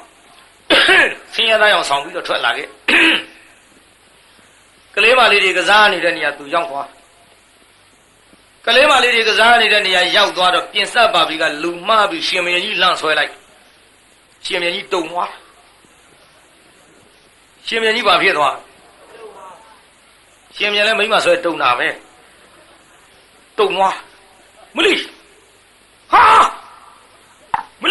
မလီဝရင်ကြီးဟာငါဘယ်လိုဖြစ်ပါလိမ့်ဟဲ့တင်မသူတို့ငါလေပြင်စပါပြီလူမလို့ဆွဲတာတော်ပြင်စပါပြီတော့ဆိုလို့ဟဲ့ပြင်စပါပြီမတော်ဘူးငါမတော်ဘူးတဲ့မိဘများကိုပြောစမ်းတဲ့မအိမ်တော်ရှိသလားအိုးငါမိဘများလည်းရှိတယ်ငါအိမ်တော်ရှိဘူးအိမ်တော်ရှိရင်တဲ့မိဘများကိုသွားပြောတဲ့မိဘများကသဘောတူတယ်ဆိုရင်လေသင်နဲ့ငါနဲ့အတူတကွမေတ္တာမျှကြစို့ပြင်စပါပြီကစဉ်းစားအယုတ်ဆိုးတဲ့ကောင်မဒီနေ့ညတော့ပွားတာဘယ်ယောက်ျားမှဂယုမဆိုင်ဘူးမောင်ကြီးတဲ့တော့တွေ့ဟာကြဖွေမေသွားပြုံးမမိခင်ဖခင်တို့ဟိုမောင်မထဲမှာယောက်ျားတယောက်တွေ့တယ်အဲ့ဒါသမီးကလူမှားပြီးတော့သူ့ဆွဲလိုက်တာလေမလေးနဲ့အဲ့ဒီလူကြီးကိုတုံသွားတာပဲတုံလုံးနဲ့မကဘူးမိဘများကိုပြောပြီးတော့သဘောတူတယ်ဆိုရင်လေသူအတူတကွမေတ္တာမျှပါလို့ပြောနေတယ်သမီးရဲ့ညတွေ့တော့သူ့ဘယ်သူပဲဝါလို့တဲ့သမီးမှမသိပဲမသိတဲ့နေပဲစီလေကဲဒါဖြင့်ငါသမီးဆန္ဒပဲအဖေတို့အမေတို့ကတော့ငါသမီးစိတ်ချမ်းသာရင်ပြီးရောအယုတ်ဆိုးလုံးလို့ငါသမီးလေးစင်းနဲ့မြငိုးနေတာတနာလုံးလို့ကဲဒါဖြင့်ကောင်းပြီဆိုပြီးသွားခေါ်တယ်ရှင်မရင်ပြင်စပါပြီနဲ့အတူတကွပျော်ပါပြီးတော့နေခဲ့ညအခါကိုသူသွားမောမလင်းနဲ့ပြန်မှောင်နဲ့ပြန်ဒီလိုညအခါသူသွားမှောင်နဲ့ပြန်ဆိုတော့သူ့လည်းဟောဘယင်မမသိတော့တရားနာပြိတ္တနောက်ကြတော့လေဟိုစဉ်းစားတယ်ခက်တယ်ဒီကိစ္စနေ့ရှိလာများသွားလာလို့ရှိရင်အန္တရာယ်များလိမ့်မယ်ထင်တယ်သူဘာလို့လဲငါမသွားပဲမနေနိုင်ဘူးရွှေနန်းတော်ရှိတဲ့မိန်းမတွေဘယ်မိန်းမကိုမှငါနှစ်သက်တော့ဘူးဘယ်မိန်းမကိုမှလည်းငါမကြည့်ချင်တော့ဘူးနတ်အတွေ့ပမာဏအင်မတန်ထူးခဲ့တဲ့ပင်စပါပြီပါလားတော်ပြီမသွားလို့လည်းငါမနေနိုင်တာဖြစ်တော့ကဲပါပဲဖြစ်စေတော့သွားအောင်ပါပဲလေဆိုသွားလိုက်ပြန်ရောဒီလိုနေ့စဉ်သွားလာခဲ့တာတရားနာပိဋကဟောပြင်စပါပြီရဲ့အဖေကကျွတ်တို့ဝမ်းသွေးကြတဲ့ယောဂဖြစ်လာဝမ်းသွေးကြတဲ့ယောဂဖြစ်လာတော့အဲ့ဒီယောဂရဲ့အစာကလည်းဖေးကလည်းကျွတ်တို့ထောပတ်တို့စီတို့တင်လဲတို့တကာတို့ဒါတွေနဲ့မှပြောင်းမယ်ဆိုတော့ဆင်းရဲတဲ့ပြင်စပါပြီတို့ဒါတွေပဲတတ်နိုင်မှာမလို့ဒီလိုထောပတ်တကာတွေမတတ်နိုင်ရှာတော့သမီးညှိဖေတို့အသက်ဆုံးရတော့မှာပဲသမီးတို့မေတို့လည်းသိဆင်းရဲတယ်ဆိုတော့သမီးရဲ့ဒီကိစ္စနဲ့ပတ်သက်ပြီးတော့ဘယ်လိုမှထောပတ်စီဦးတွေလည်းအမေတို့ရအောင်ရှာနိုင်ဘူးညှိလင်သားပြောကြည့်စမ်းပါလားညှိလင်သားများရှာပေးနိုင်မလားလို့မင်းရဲ့သမီးလင်သားကလည်းညအခါမှလာရတယ်ဆိုတော့သူခမရကသမီးတို့တဲ့ပူဆင်းရဲခြင်းဆင်းရဲနေမှာပါရှင်မင်းကိုသူတို့တဲ့ပူမွဲပြန်တဲ့ရှင်မင်းမသိပဲကိုသမီးတို့တဲ့ဆင်းရဲခြင်းဆင်းရဲနေမှာပါသမီးရဲ့ဆင်းရဲတာမဆင်းရဲတာဘာသာငါသမီးပြောတော့ကြည့်ပါဦးကဲကောင်းပြီတဲ့လာရင်ပြောပြမယ်ဆိုပြီးတရားနာပြိဿရေပကဘယင်ကြီးအလာပေါ့စောင့်မောင်ရဲ့တဲ့ဟိုငါဖခင်ပါတဲ့ဝမ်းသွေးကြတဲ့ဝေဒနာဖြစ်တဲ့အဲ့ဒါကလည်းထောပတ်တို့တင်လဲတို့အဆရှိတဲ့မုံမြတ်တဲ့စီဦးတွေနဲ့မှပြောင်းပါတယ်အဲ့ဒါတို့တော့ဆင်းရဲလုံးလို့ဘယ်လိုမှမရှာနိုင်ဘူးမောင်များရှာပေးနိုင်မလားခက်တာပဲကွယ်မောင်ကလည်းဆင်းရဲတော့အဲ့ဒီထားပါတော့ဟိုတနည်းနည်းနဲ့ဖြင့် ယောက်ျားသားဆိုတော့ရှာပေးရမှာပေါ့လေရှာပေးရမှာပေါ့လေဆိုဖြောင်းပြပြောထားခဲ့ပြီးတော့တရားနာပိဋကရေဗရမ ्या အုပ်ဆောင်ကိုတထုပ်ထုပ်ထောပတ်နဲ့တကွတကားတင်လဲစီဦးမြကိုလည်းတထုပ်ထုပ်အထုပ်နှစ်ထုပ်ကြံစီတယ်ဘယင်ကကြံစီရောပေါ့ပိတ်ရဆိုတယ်ပိတ်ရုပ်ဆိုတဲ့၅ပါးသောရုပ်ချင်းနဲ့ပြည့်စုံတဲ့ပြင်စပါပြီးကိုရွှေနန်းတော်ကြီးခေါ်ပြီးမိပိခေါင်မြောက်လိုက်ရင်လည်းပဲဘလူးမကြီးခေါ်လာတယ်လို့ငါကြည့်ရကြတော့ပဲဘလူးမကြီးခေါ်လာတယ်လို့ကြည့်ရကြတော့မှအမှန်ပဲပြင်စပါပြီးရဲ့အတွေ့ထူးပုံကိုတော့သူတို့သိကြမယ်မဟုတ်ဘူး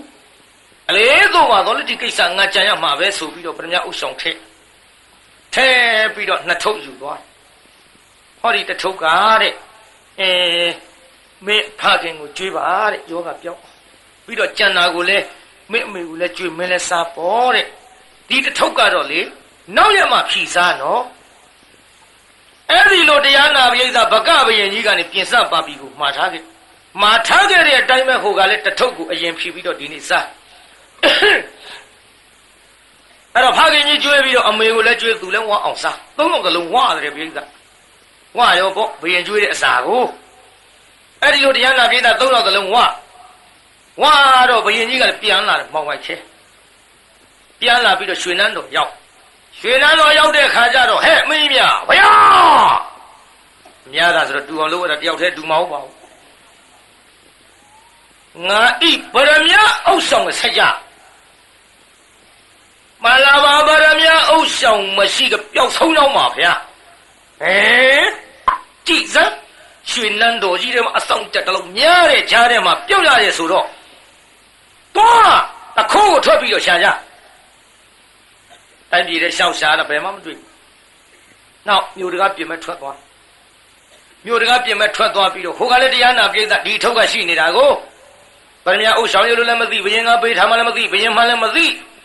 သိတော့ဒါဒီကနေ့မှဖြီစားမယ်ပေါ့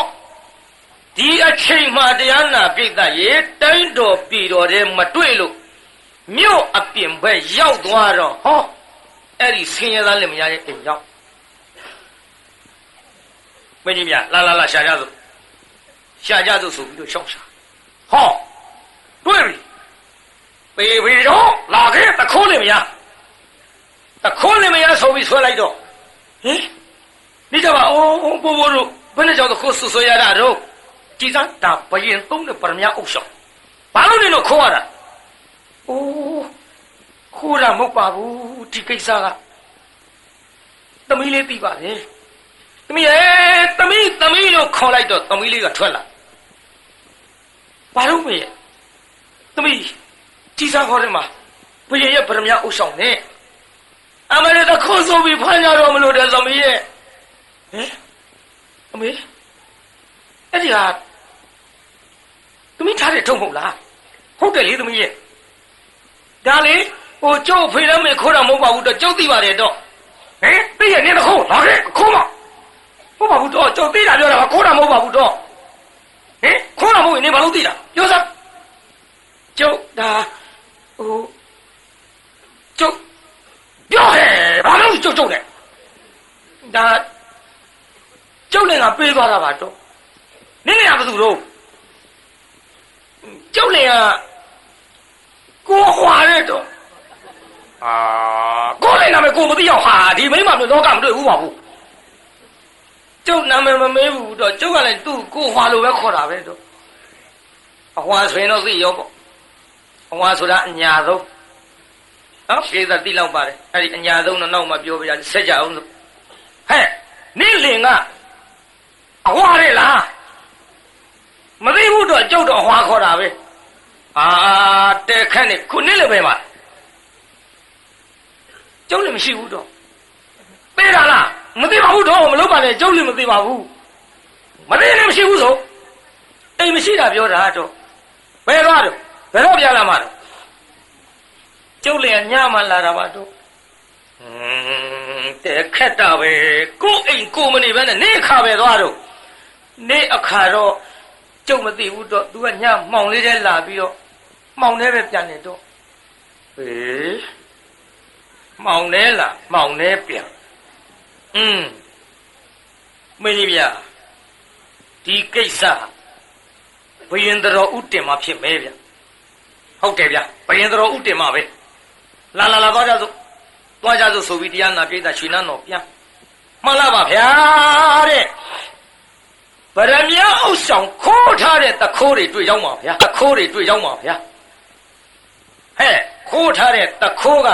ယောက်ျားလားမိန်းမဖြစ်ကြောင်းပါဗျာမိန်းမကိုယ်တိုင်ရွှေနန်းတော်ထဲဝင်ခိုးလို့ရမလားကွမှန်လားပါဗျာရွှေနန်းတော်ထဲသူ့ဝင်ခိုးတော့လေသူ့လင်သားကခိုးပေးတာပါလေဗျာဟဲ့နေစမ်းမအောင်ကွသူ့လင်သားကဘသူတဲ့တော့သူ့လင်သားကအဟွာလို့ပြောပါလားဗျာမဟုတ်တာကွသူ့လင်သားတွေ့လဲဘူးလားမတွေ့လဲပါဗျာသူ့လင်သားဘယ်တော့သူ့လင်သားတွေ့လဲဘူးလားမလာပြီးတော့ညအခါမှောင်နေပဲပြောင်းပါတဲ့သူ့လင်သားမျက်နှာလည်းသူမမြင်ဘူးပါဘူးတဲ့ဗျာဟဲ့မင်းကြီးများဒါဖြင့်ဘာကိုသူမှတ်မိတယ်လဲဆိုတာပြန်မေးကြစမ်းလို့ဆိုတော့ဟဲ့တငယ်မသင်လင်သားကိုသင်ညခါလာတော့တခုခုမှသားမထားဘူးလားကျုပ်လေကျုပ်လင်သားရဲ့လက်ကိုကင်ကြည့်ရင်ကျုပ်သိပါလေတော့မှတ်မိပါလေတော့အေးဒါဖြစ်ကောင်းပြီလားဘယင်ပြန်တော်ဦးတင်ကြအောင်စို့ပုံတရင်မေးသလိုရဘယင်ပြန်တော်ဦးတင်တော့မှန်လားပါဗျာလက်ကိုကင်ကြည့်ရင်သိပါသေးဗျာ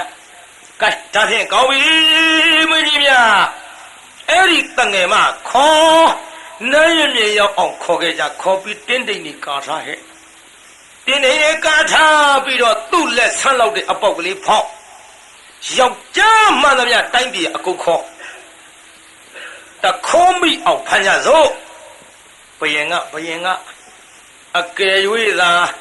မိဘရခေါင်ကြီးလို့မြောက်လိုက်ပါလျင်အတွေ့အထိကိုမသိဘဲနဲ့ရုပ်မြင်လိုက်ရင်ဘလူးလို့ထင်ပါစို့လို့အတွေ့အထိကိုသူတို့သိရင်ဩဘယင်ကြီးဒါကြောင့်ဒီလိုအဟွာပြုတ်တာကိုဆိုတာသဘောပေါက်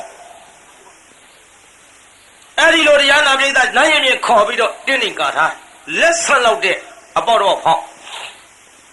အမကြီးတွေကစအနိုင်ခိုင်းတာ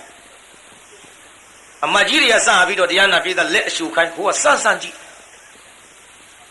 ဟောဘူးဒါငါလည်းမဟုတ်ဘူးဒါငါလည်းမဟုတ်ဘူးဆိုပေမဲ့လို့လေတရားနာပိဋကဟိုကလွတ်လိုက်ပြီစမ်းတဲ့လက်ကလွတ်လိုက်ပြီတရားလက်ကြီးကခုတည်းပေါက်ထဲမထုတ်သေးဘူးနောက်ထပ်စမ်းအောင်မလားလို့သူတို့လက်ကိုပြင်စပါပြီးကထိလိုက်တိုင်းတုံသွားမလီငါလူများပြောလိုက်ပါဟာအခုကနဲ့ထောင်ထဲကြလာဘယ်နဲ့ပေါ့ပြန်ထွက်လာဆင်းပြီးဟာအောင်မလေးအရာတော်ရှိလိုက်တော့ကိုကားတွေဖြစ်ကုန်ပြီတရားနာပိဋကတော့ကြအမတ်တွေတယောက်တည်းနိုင်အမတ်တွေလက်တွေကိုစမ်းကြည့်မလီဖျားတောင်တာယူပါနော်ကြည်စား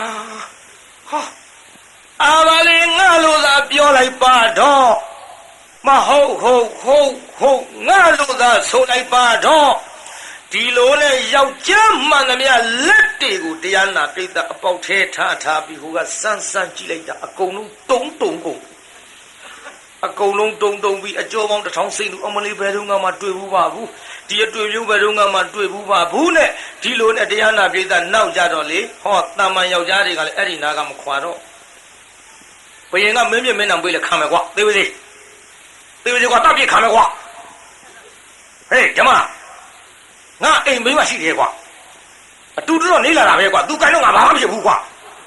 ဟာဒီမင်းမကိုင်းတာအကုန်လုံးကွာအလူကိုတုံမောတာပဲဟာကိုကားရဖြစ်လို့မင်းနံပေးလေတိုက်ချက်သေးပါစေကွာမတော်တော့ဘူးတို့ဒီနာကမတော်တော့ဘူးအာဘာလေးဟောဒီမိမရဲ့ထာမှာကျွန်းခံပြီးတော့နေရင်နေရပါစေသူကိုရရင်ဖြင့်တော်ပြီးသူ့မရရင်တော့ငါတို့ဘယ်ကဲ့သို့ညာကဲ့သို့နဲ့မလေးဒုက္ခအမျိုးမျိုးဖြစ်မှကြီးရှောက်ပြောပြီးတော့ယုံစီနဲ့တရားနာပိဋကနောက်မင်းကြီးယောက်ျားကြီးအကုန်လုံးရိုက်ထုတ်ပါဒီကောင်လေးထွက်သွားမင်းတို့မတော်ဘူးရိုက်ရင်သေးပါစီဘယ်ပြေးမှာလို့ကွာသွားဒီလိုနဲ့အကုန်လုံးရိုက်ထုတ်ပြီးတော့တရားနာပိဋကအဲ့ဒီရိုက်ထုတ်တဲ့မင်းကြီးယောက်ျားတွေကအဆောင်နေဆိုတော့သူကနောက်ပိတ်ဆုံးမှနိုင်တာနောက်သူတို့လက်တွေထိဟာမလီဟေးဟာ ဒီနာပြအောင်လို့အောင်နေတာဟာမလေးပဲလို့တွေးထင်းနေမှာမတူပါလားအမလေးကြီးစမအောင်နဲ့အကုန်လုံးမင်းချင်းယောက်ျားတွေရောကိုလိုကားရဖြစ်ဒါပတိ၌တပည့်ယောက်ျားလဲမှသူ့လင်လို့မပြောဘူးသူ့လင်လို့မပြောဘူးသူ့ပကဘယင်ကြတော့လက်မှာအနာတစ်ခုအမာရွတ်တစ်ခုတွေ့ထား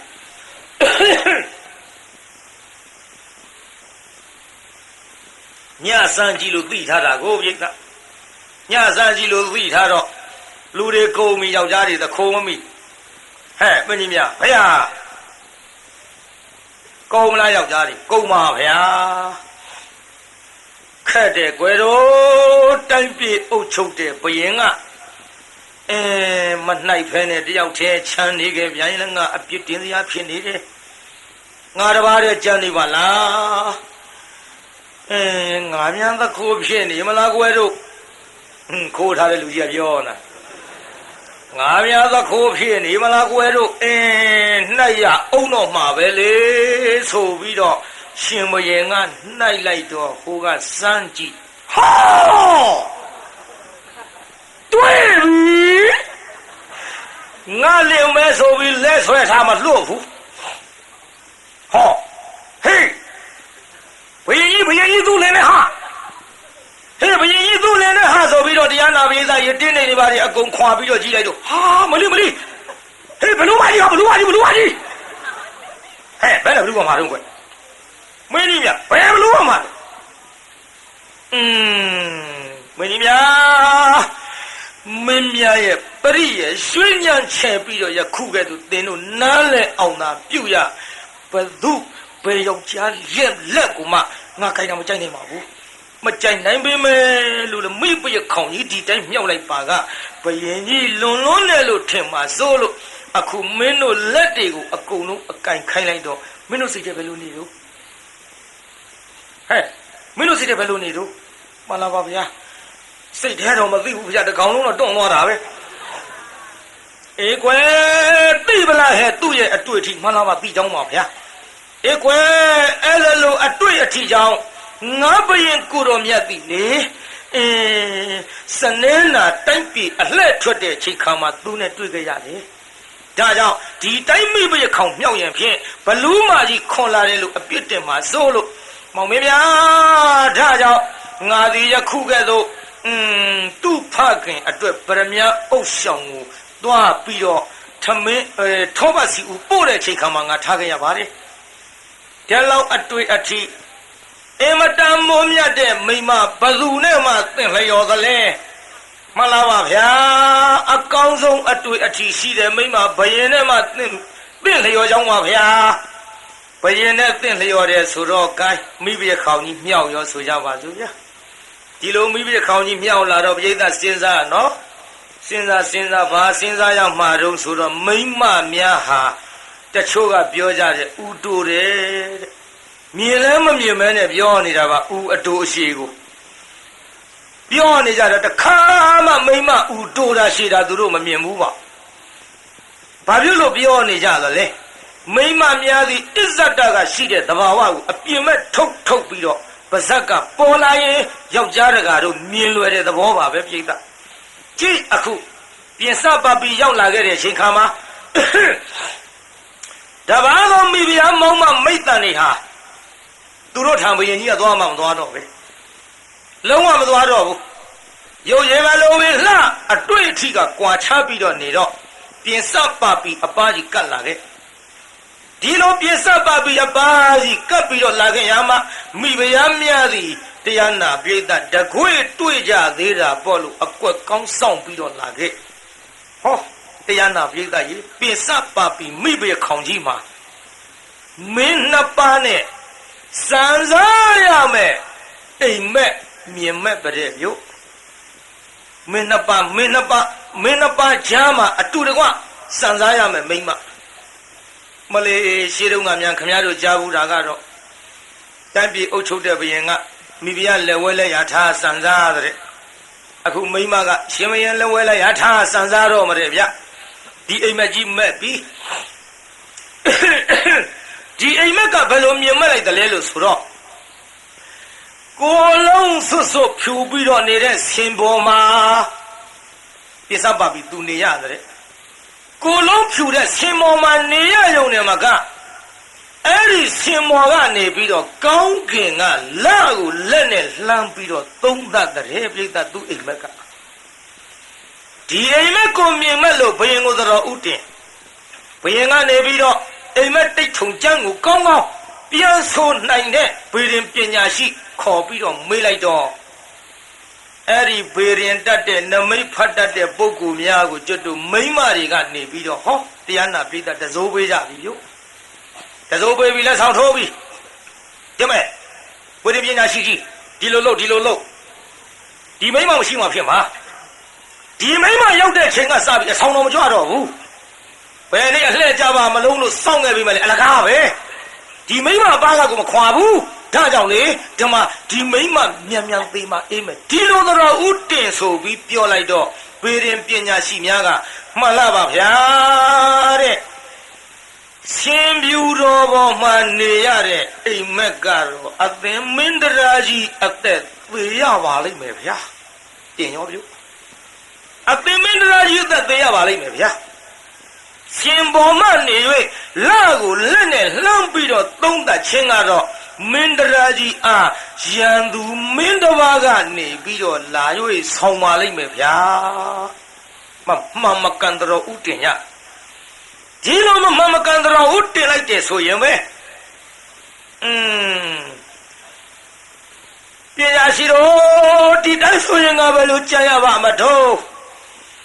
အမလေးတနာလိုက်လေချင်းကွဲမိပဲခေါင်ကြီးရဲ့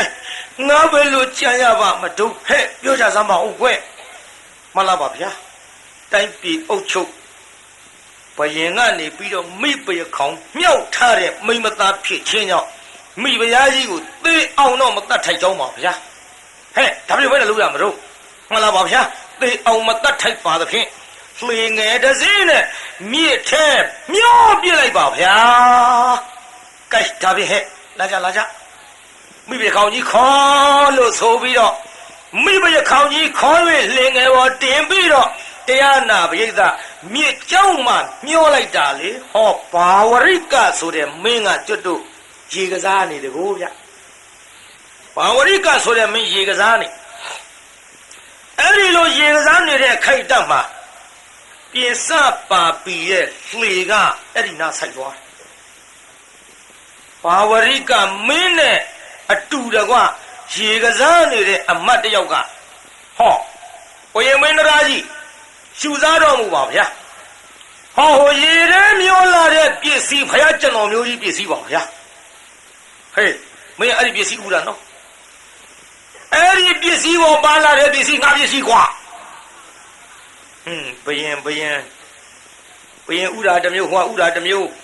ရေထဲမျောလာတဲ့ပစ္စည်းဖယားကျွန်တော်မျိုးကြီးပစ္စည်းပါဗျာဟေးအဲ့ဒီပစ္စည်းကိုပါလာတဲ့ပစ္စည်းငါပစ္စည်းကွာဥရောဥပိတရားနာပြည်သားကြီးအနန္တရောက်သွားဟာဟေးအမဖယားဘလူ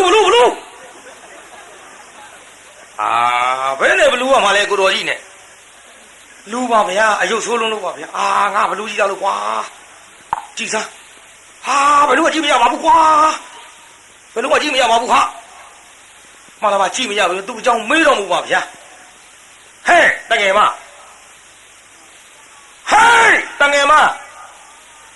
ငါနာမည်တငယ်မမဟုတ်ဘူးပိစပါပီအလိုမောင်းမာနဲ့ဟာဟေးအမမေကြည်စားတိုင်းပြည်အုပ်ချုပ်တဲ့ဘယင်များဆင်တဲ့နတ်တောင်းကြီးပါလားနတ်ခတ်ကြီးပါလားဟေးတာမမိမ့်မမြဝတ်နိုင်တဲ့ကိစ္စမဟုတ်ဟဲ့ပင်ဘာလို့ပြင်စပါပြီးခေါ်တာတော့ငါပင်စပါပြီးဆိုတာပင်စက9ခုပါပြီးကရုံးမှာ9ခုသလုံးရုပ်တဲ့ဘာယာနာတိုင်းပြည်မှာပြင်စပါပြီဆိုတဲ့တရင်သင်လို့မကြားဘူးလားမကြားမိဘူးလေဟဲ့နေစမ်းမအောင်ပြင်စပါပြီဟာတာမမိမသားလားနန်းတွင်းသူလားဟဲ့南တွင်သူယုံနေပဲကမလဲတိုင်းပြည်အုပ်ချုပ်တဲ့ဘကရှင်မယင်ရဲ့မိဘရခေါင်ကြီးပြင်ဆပါပြီဆိုတာငါအလိုဘယ်နဲ့တော့ဟူရည်တဲ့မျောလာတာတော့မျောတယ်လို့မျောတာမဟုတ်ဘူးမျောပြလိုက်လို့မျောလာဟဲ့နေပါဦးဘသူကမျောတာဘကဘယင်ကြီးကမျောတယ်ဘာဖြစ်လို့မျောတာတော့ငါမျောတာတခြားမဟုတ်ဘူးငါဒီငါးပါးသောတွေ့ထီခြင်းဖြင့်အင်မတန်အတွေ့အထိကောင်းတဲ့မိန်းမဒါကြောင့်ရှင်မရင်စနေလာတဲ့အချိန်ခါမှာငါနဲ့ညအခါတွေ့ပြီးတော့ငါထံမှာလာပြီးပျော်ပါပရမညာအုပ်ဆောင်ထားပြီးတခိုးအရှာခိုင်းနောက်ပိုင်းလက်ညှိုးကိုအစမ်းခိုင်းအိုးငါကြိုင်သူထီသူတွေမှန်သမျှအကုန်လုံးယူမတတ်မူးမတတ်ဖြစ်ပြီးတော့ကိုယ်ရောကားရနဲ့နောက်ဘယင်နဲ့ထိုက်တန်တဲ့အတွေ့အထိပဲဆိုပြီးတော့ငါပြီးပြမြောက်ခဲ့တယ်အခုတော့လေငါမိဖုရားမြောက်တော့အဲ့ဒီမိမတွေရဲ့တစိုးထိုးပြီးတော့ငါအိမ်မက်ကိုဖြည့်ဆည်းပြလို့အခုငါရေမမျောခဲ့ရတယ်ကဲလာမိဖုရားခေါင်းကြီးဆိုတော့တနည်းနည်းအားဖြင့်ရွှေလန်းတော်ထားရမှာပေါ့လေဆိုပြီးတော့ဘယင်ကြီးကတရားနာပြိတ္တာလှမ်းပြီးတော့လက်ဆွဲတာဟေးမမေဘာလို့ပြကိုတော်ကြီးမလေးလုံးပါဟာငါကြောလေးပဲဖြစ်ကုန်မှမသိဘူးဟာကိုတော်ကြီးဘယ်နဲ့ဖြစ်တာတော့လိန်တုံးလို့ဟာဟေးလာဆွဲတင်လားဆိုပြီးအမတ်ကဝင်မလေးကိုတော်ကြီးတပည့်ကလည်းကိုကဖြစ်ကုန်ပြီဟာဒီလိုနဲ့တရားနာပရိသတ်ကြီးအပေါ်လဲလေပေါ်လဲရောက်ရောဟာအေးဟုတ်သကူပါသူပြောတာအယုတ်ကတာဆိုးတာဟာအယုတ်ဆိုးပေမဲ့လို့အတွေ့အထိကတင်အရသာရှိကဲလာခေါ်သွားကြစို့ဆိုပြီးခေါ်သွားဘယင်ကမိဖုရားမြောက်တာပါအမတ်ကြီးကတော့အမတ်ကြီးပါပဲသူအမတ်ဆိုတော့မရင်ထိုးလဲရတဲ့အစားကိုကဲဘယင်ကမိဖုရားခေါင်းကြီးမြောက်အောင်ရောဘယင်ကမိဖုရားခေါင်းကြီးမြောက်တဲ့သတင်းကိုကြားပြီးပြိဿရေ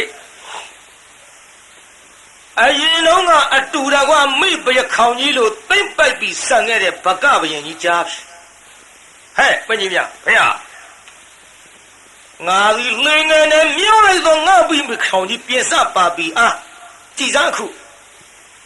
ဘာဝရိကမင်းကမိပခေါင်ပြုတ်ပြီးတော့အတူတကွနေထိုင်တယ်ဒီကိစ္စငါမနေထိုင်ဘူးငါမိဖုရားငါတိုင်းပြည်ပြန်ရောက်အောင်လုပ်ရလားစစ်တိအင်္ဂါ၄ပါးနဲ့တကွဒီဘက်ကန်းကနေပြီးတော့တောင်းလို့ရရင်ရမရရင်စစ်ဖက်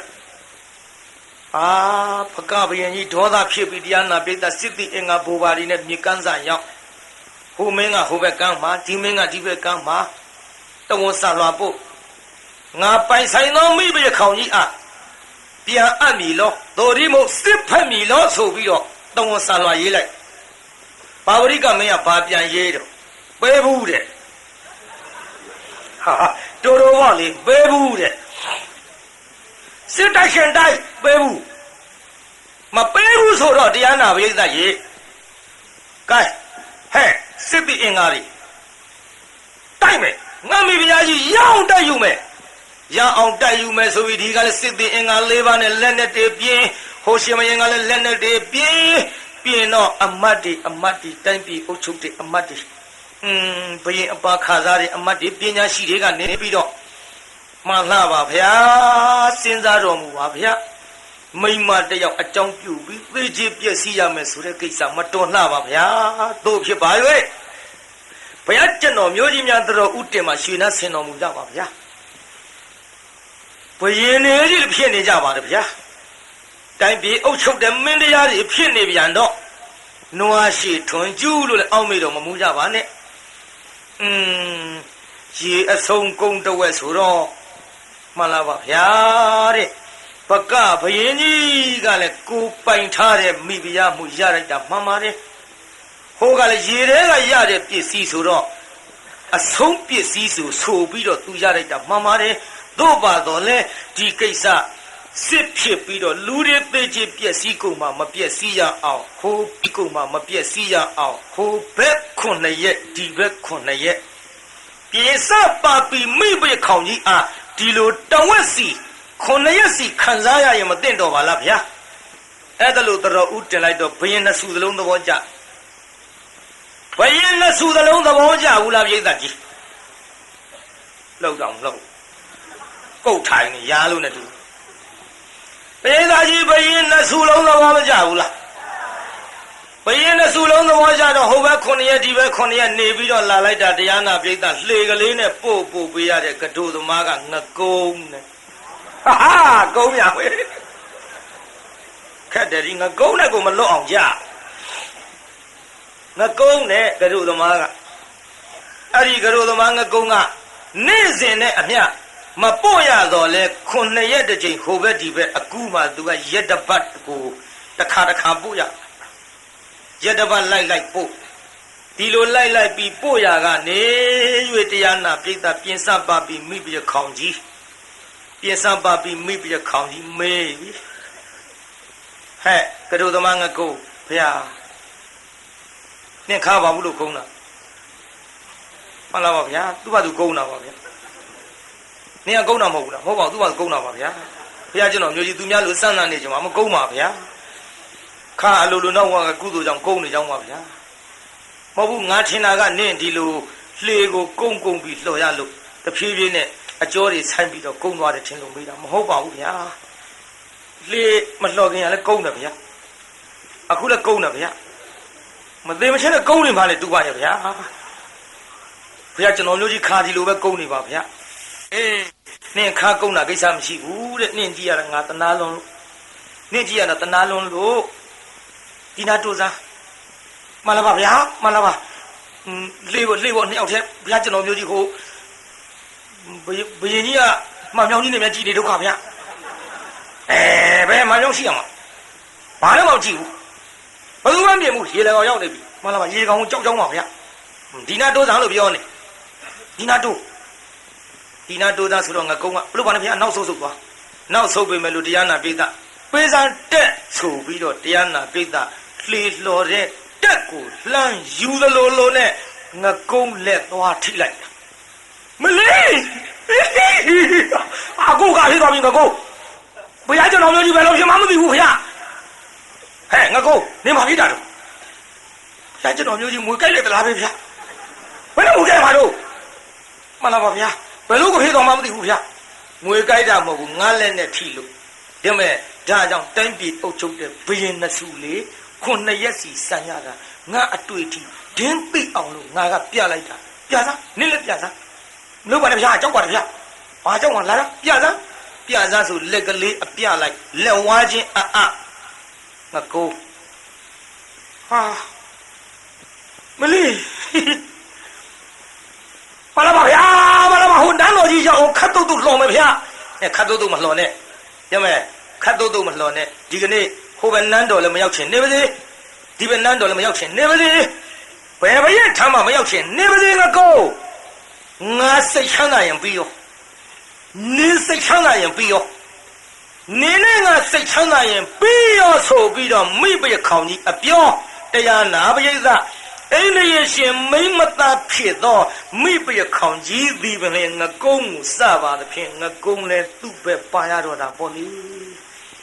ကဲတိုင်းပြည်အုပ်ချုပ်တဲ့ဘယင်ဟိုဘက်9ရက်ဒီဘက်9ရက်ဒီလိုစံစားရတာတော့မှလည်းမနေနိုင်တော့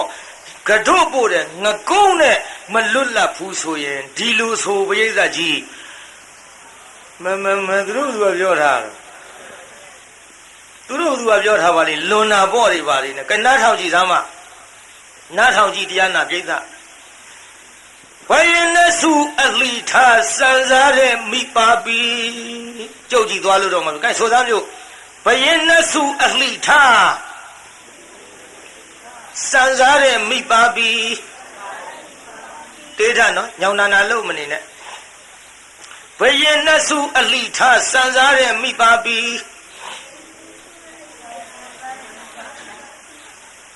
ဘယင်နှစု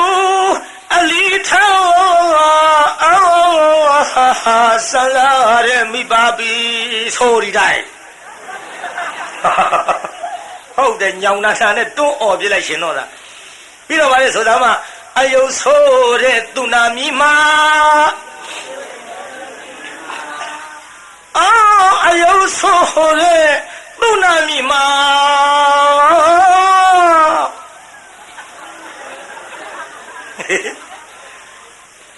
ဆိုဘဲနဲ့ဝိုင်းကြီးဘုန်းကြီးရှက်သွား了ပေါ့ပါတယ်အယုတ်ဆိုတဲ့သူနာမီမှာကလေးလေးတယောက်တည်းဆိုဝင်ငါးပြအညီညံဖြင်းငါးပြအညီညံဖြင်းတဲ့ပြိဿပါတယ်တွေ့ထီချင်းသဘောကအောင်နေဆိုလိုက်စမ်းပါဗျအကျုံးတစ်ထောင်မင်းအကုန်မိပြောင်းနဲ့အခဲ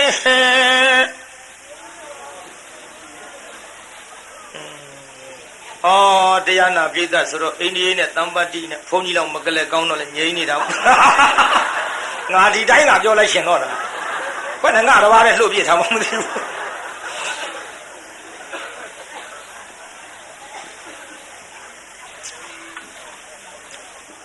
ပြီးတော့ပါတဲ့ကိုင်အလဲကောင်းဟာတွေခြံခဲ့ကြပါစို့ဘယင်းနဲ့စုအလဲနဲ့စံစားခဲ့ပြန်ရဝဲကရုသမားနဲ့ဖန်ခါလှင်းငယ်အတွင်းမှလာတွေ့ဖဲမငင်းသူနဲ့အဟွာပြုတ်ခဲ့ပြန်တာပါကာမဂုဏ်မုံလို့ညွန်စွန်ရှာသည်ကာမဂုဏ်ရွှွညွန်ကြီးစွန့်မလားပြိဿပါတယ်ဆိုဆောင်ပြိဿကာမဂုဏ်မုံလို့ဒါလေးတော့လိုက်ဖို့ကောင်းတယ်ဆိုဗျဇလန်းနာမည်လေးဖော်မလို့ကာမဂုဏ်မုံလို့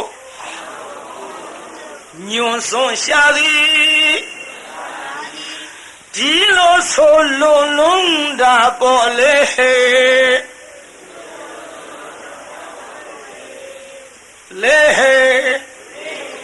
ဟောညဘုန်းကြီးစောင့်နေတယ်ဘုန်းကြီးဆိုမကောင်းလို့ကိုယ့်ဘာကိုသွားလိုက်ပြီတော့ပါတယ်ကာမဂုဏ်မုံလို့ညွန်စွန်ရှာသည်ဒီလိုဆိုလုံးလုံးလာပေါ်လေ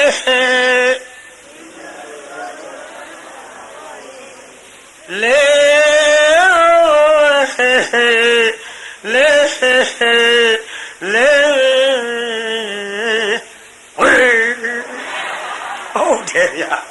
ဒီလိုသွားလိုက်ကြပြီတော့ပေးသာကြည့်ထားကြောင့်ဒီလိုဆိုလွန်တာပေါ့ဆိုတာသဘောပေါက်သွားပါလားပြိဿသဘောကလည်းပေါက်ပြီးပေးတေကုတ်ကထိုင်နေနိုင်ပြန်တစ်ချက်ခွဲလို့လည်းခွဲမှမသိတရားနာပြိဿကျုပ်လည်းပဲအထူးသဖြင့်နောက်ဆုံးညဆိုတော့ကြိုးစားဟောတာမနေ့က12နာရီကြောဒီနေ့နာရီပြန်တစ်ချက်ခွဲနောက်2ရက်နာလိုသေးတယ်ဆိုရင်လည်းမြောက်ဥက္ကလာပလိုက်ခဲကြဇတ်ထုတ်အစ်ကြည်ကျုပ်ရှားပြီးခေါ်ရမှာပေါ့လေဒါကြောင့်တရားနာပြိဿဒီကနေ့မေတ္တာပို့ပြီးတော့ဏီကုံခဘအပြီးတတ်ကြပါစို့ကိုင်းဆိုကြပါဗျာတကဘာလုံးမှမြတ်တတာချမ်းသာကိုစိတ်မြဲပါစေအားလုံးကိုယနေ့ညကြွရောက်လာကြတဲ့တရားနာပရိသတ်ကြီးချမ်းသာကြပါစေအားလုံးကိုယနေ့ညကြွရောက်လာကြတဲ့တရားနာပရိသတ်ကြီးကျမ်းမာကြပါစေအိမ်ပြန်ပို့ကြပါစို့အတ္တကေဟေပြောသမျှဟောသမျှတွေကသဘောမကျပဲအပြစ်တွေးကြလျင်ခြေရင်းနဲ့ဘုံမုံစေတွေပြစ်ပြရသေးသည်တော်မိမိတို့အင်္ဂါဌာနသို့နိဝတ္တန်တို့သီးခံရတာပြန်ကြပေတော့နိဝတ္တန်တို့မေတ္တာရေပခါဖြောင်းလိုက်မယ်ပြစ်ပရာတွေဝေးရလျံစေရောခြေတရာဆွေကလျှံပြီးကိုစိတ်နှဖျားချမ်းသာစွာဖြင့်မှန်စွာမနေပြောင်းပါလေတော့ပြောင်းကြစေကုန်သတည်း